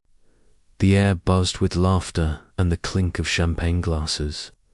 But to Holmes, it was a battlefield. He and Watson entered the grand ballroom, their invitations procured through Lestrade's reluctant connections, granting them access. Holmes's eyes scanned the room with mechanical precision, noting every detail: the polished marble floor, the heavy velvet drapes, the servants weaving through the crowd with trays of canapes. Watson, dressed in his finest but feeling distinctly out of place, stayed close. "Holmes," he whispered, "there must be 200 people here. How do we even begin?" "Observation, Watson," Holmes replied, his voice barely audible over the string quartet. "The mastermind is here, or their agent is. Look for someone out of place to still, too watchful, and keep an eye on the chandeliers." The riddle mentioned beneath the chandeliers' gleaming light. They moved through the crowd, Holmes's gaze darting from face to face. He noted a diplomat adjusting his cufflinks with nervous precision, a lady whose smile seemed affixed, a servant who lingered too long near a table, but nothing definitive emerged. The clock on the wall ticked closer to 3, each second tightening the knot in Watson's stomach. At 10 minutes to 3, Holmes paused near the central chandelier, a massive structure dripping with crystal. He knelt ostensibly to adjust his shoe, but his fingers brushed the floor, searching. "Watson," he murmured, "do you smell that?" Watson inhaled, catching a faint, acrid odor barely noticeable amidst the perfume and cigar smoke. "Chemicals?" he asked. Holmes nodded, his eyes narrowing. "The same as the merchant's room. It's here, Watson. The device is here." He stood, his movements casual to avoid drawing attention, and scanned the base of the chandelier. The crowd pressed closer, oblivious to the danger. Then a glint caught his eye, a small, metallic object tucked beneath a decorative table nearby, disguised as part of the ornate centerpiece. It was no larger than a pocket watch, with a faint ticking emanating from within. "Watson, stay back," Holmes said, his voice sharp. He approached the table, his hands steady as he examined the device. It was a marvel of engineering, a brass casing with a glass vial inside, connected to a tiny clockwork mechanism. The vial held a colorless liquid, and a faint mist was already seeping from a pinprick hole. Holmes's mind raced. Disabling it risked triggering a full release of the gas. Moving it might alert the mastermind. He needed a distraction and a way to contain the threat. "Watson, fetch a glass bowl from the buffet table." Quickly, Watson hurried off, weaving through the crowd. Holmes turned to a nearby servant, his voice commanding. "You there, clear this area. Say there's a spill. Now." The servant, startled, complied, ushering guests away. Watson returned with a large crystal bowl, and Holmes carefully placed it over the device, trapping the faint mist inside. "It's temporary," he said, "but it buys us time. The gas is heavier than air, it won't rise far." The clock struck 3. The crowd was still thick, but the area around the chandelier was clear. Then a scream pierced the air. Across the room, a diplomater, wiry man with a grey moustache clutched his chest and collapsed, his face pale, his breath ragged. The ballroom erupted in chaos. Watson rushed to the man's side, his medical instincts kicking in. "He's alive, but barely," he called to Holmes. "No pulse, irregularities, just like the merchant." Holmes's eyes darted to the chandelier, then to the fallen diplomat. "Another device," he muttered.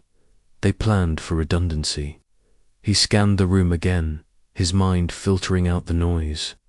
The mastermind was here, watching, reveling in the chaos. His gaze settled on a figure near the far wall, a man in a plain suit, his face partially obscured by a hat. The man's posture was too deliberate, his eyes too fixed on the scene. Holmes moved toward him, but the figure slipped into the crowd, vanishing through a side door. "Watson, stay with the diplomat," Holmes called, already in pursuit. He pushed through the guests, ignoring their protests, and followed the figure into a dimly lit corridor. The man moved swiftly, his footsteps echoing on the marble floor. Holmes gained ground, his long strides closing the distance. The corridor led to a servant's staircase, spiraling down into the estate's underbelly. Holmes descended cautiously, his hand on the revolver in his pocket. The air grew colder, the light dimmer. At the bottom, he found himself in a storage room, crates and barrels stacked high. The figure stood at the far end, facing him. "You're persistent, Mr. Holmes," the man said, his voice low and cultured, with a trace of amusement. He stepped into the light, revealing a gaunt face, sharp cheekbones, and eyes that gleamed with intellect. "But you're too late. The game is mine." Holmes studied him, his mind cataloguing every detail. The man's tailored but worn suit, the faint chemical stain on his cuff, the way his fingers twitched as if itching to create. "You're the disgraced scientist, aren't you? Dr. Elias Varnum, exiled from the Royal Society for unethical experiments. This is your revenge." Varnum's smile was thin. "Revenge? No, Mr. Holmes. This is art, a puzzle only I could design and only you could appreciate. The merchant, the diplomat, they were pawns. The real challenge was you." Holmes stepped closer, his voice steady. "Your gas is clever, Varnum. A timed release mechanism, odorless until it activates, leaving no trace. But you underestimated me. The device under the chandelier is contained, and your second victim will live." Varnum's smile faltered, but only for a moment. "You think you've won? There's another device, Holmes. Set to release at 3:30. You can't stop it." Holmes's eyes flicked to his watch. 3:28. 2 minutes. He lunged, tackling Varnum to the ground. The scientist struggled, but Holmes was stronger, pinning him against a crate. "Where is it?" he demanded. Varnum laughed, a harsh, bitter sound. "You'll never find it in time. It's in the ballroom, hidden in plain sight. You lose, Holmes." Holmes's mind raced. The ballroom, hidden in plain sight. He thought of the chandeliers, the tables, the decorations. Then it hit him, the floral arrangements. Each table had a centerpiece of roses, their stems wrapped in wire. A perfect hiding place for a small device. He bound Varnum's hands with his own scarf and sprinted back to the ballroom. The crowd was still in disarray, Lestrade's men arriving to cordon off the area. Watson was kneeling by the diplomat, who was breathing shallowly but steadily. "Watson," Holmes shouted. The floral arrangements checked them. Watson looked up, confused but trusting. He and Holmes split up, racing to the nearest tables. Holmes tore apart a centerpiece, petals scattering, and found it a second device, identical to the first, its clock ticking down to 10 seconds, with no time to think. Holmes grabbed the device and hurled it into the fireplace across the room. It landed in the flames, the glass vial shattering, the gas igniting in a brief, harmless flare. The clock struck 3:30.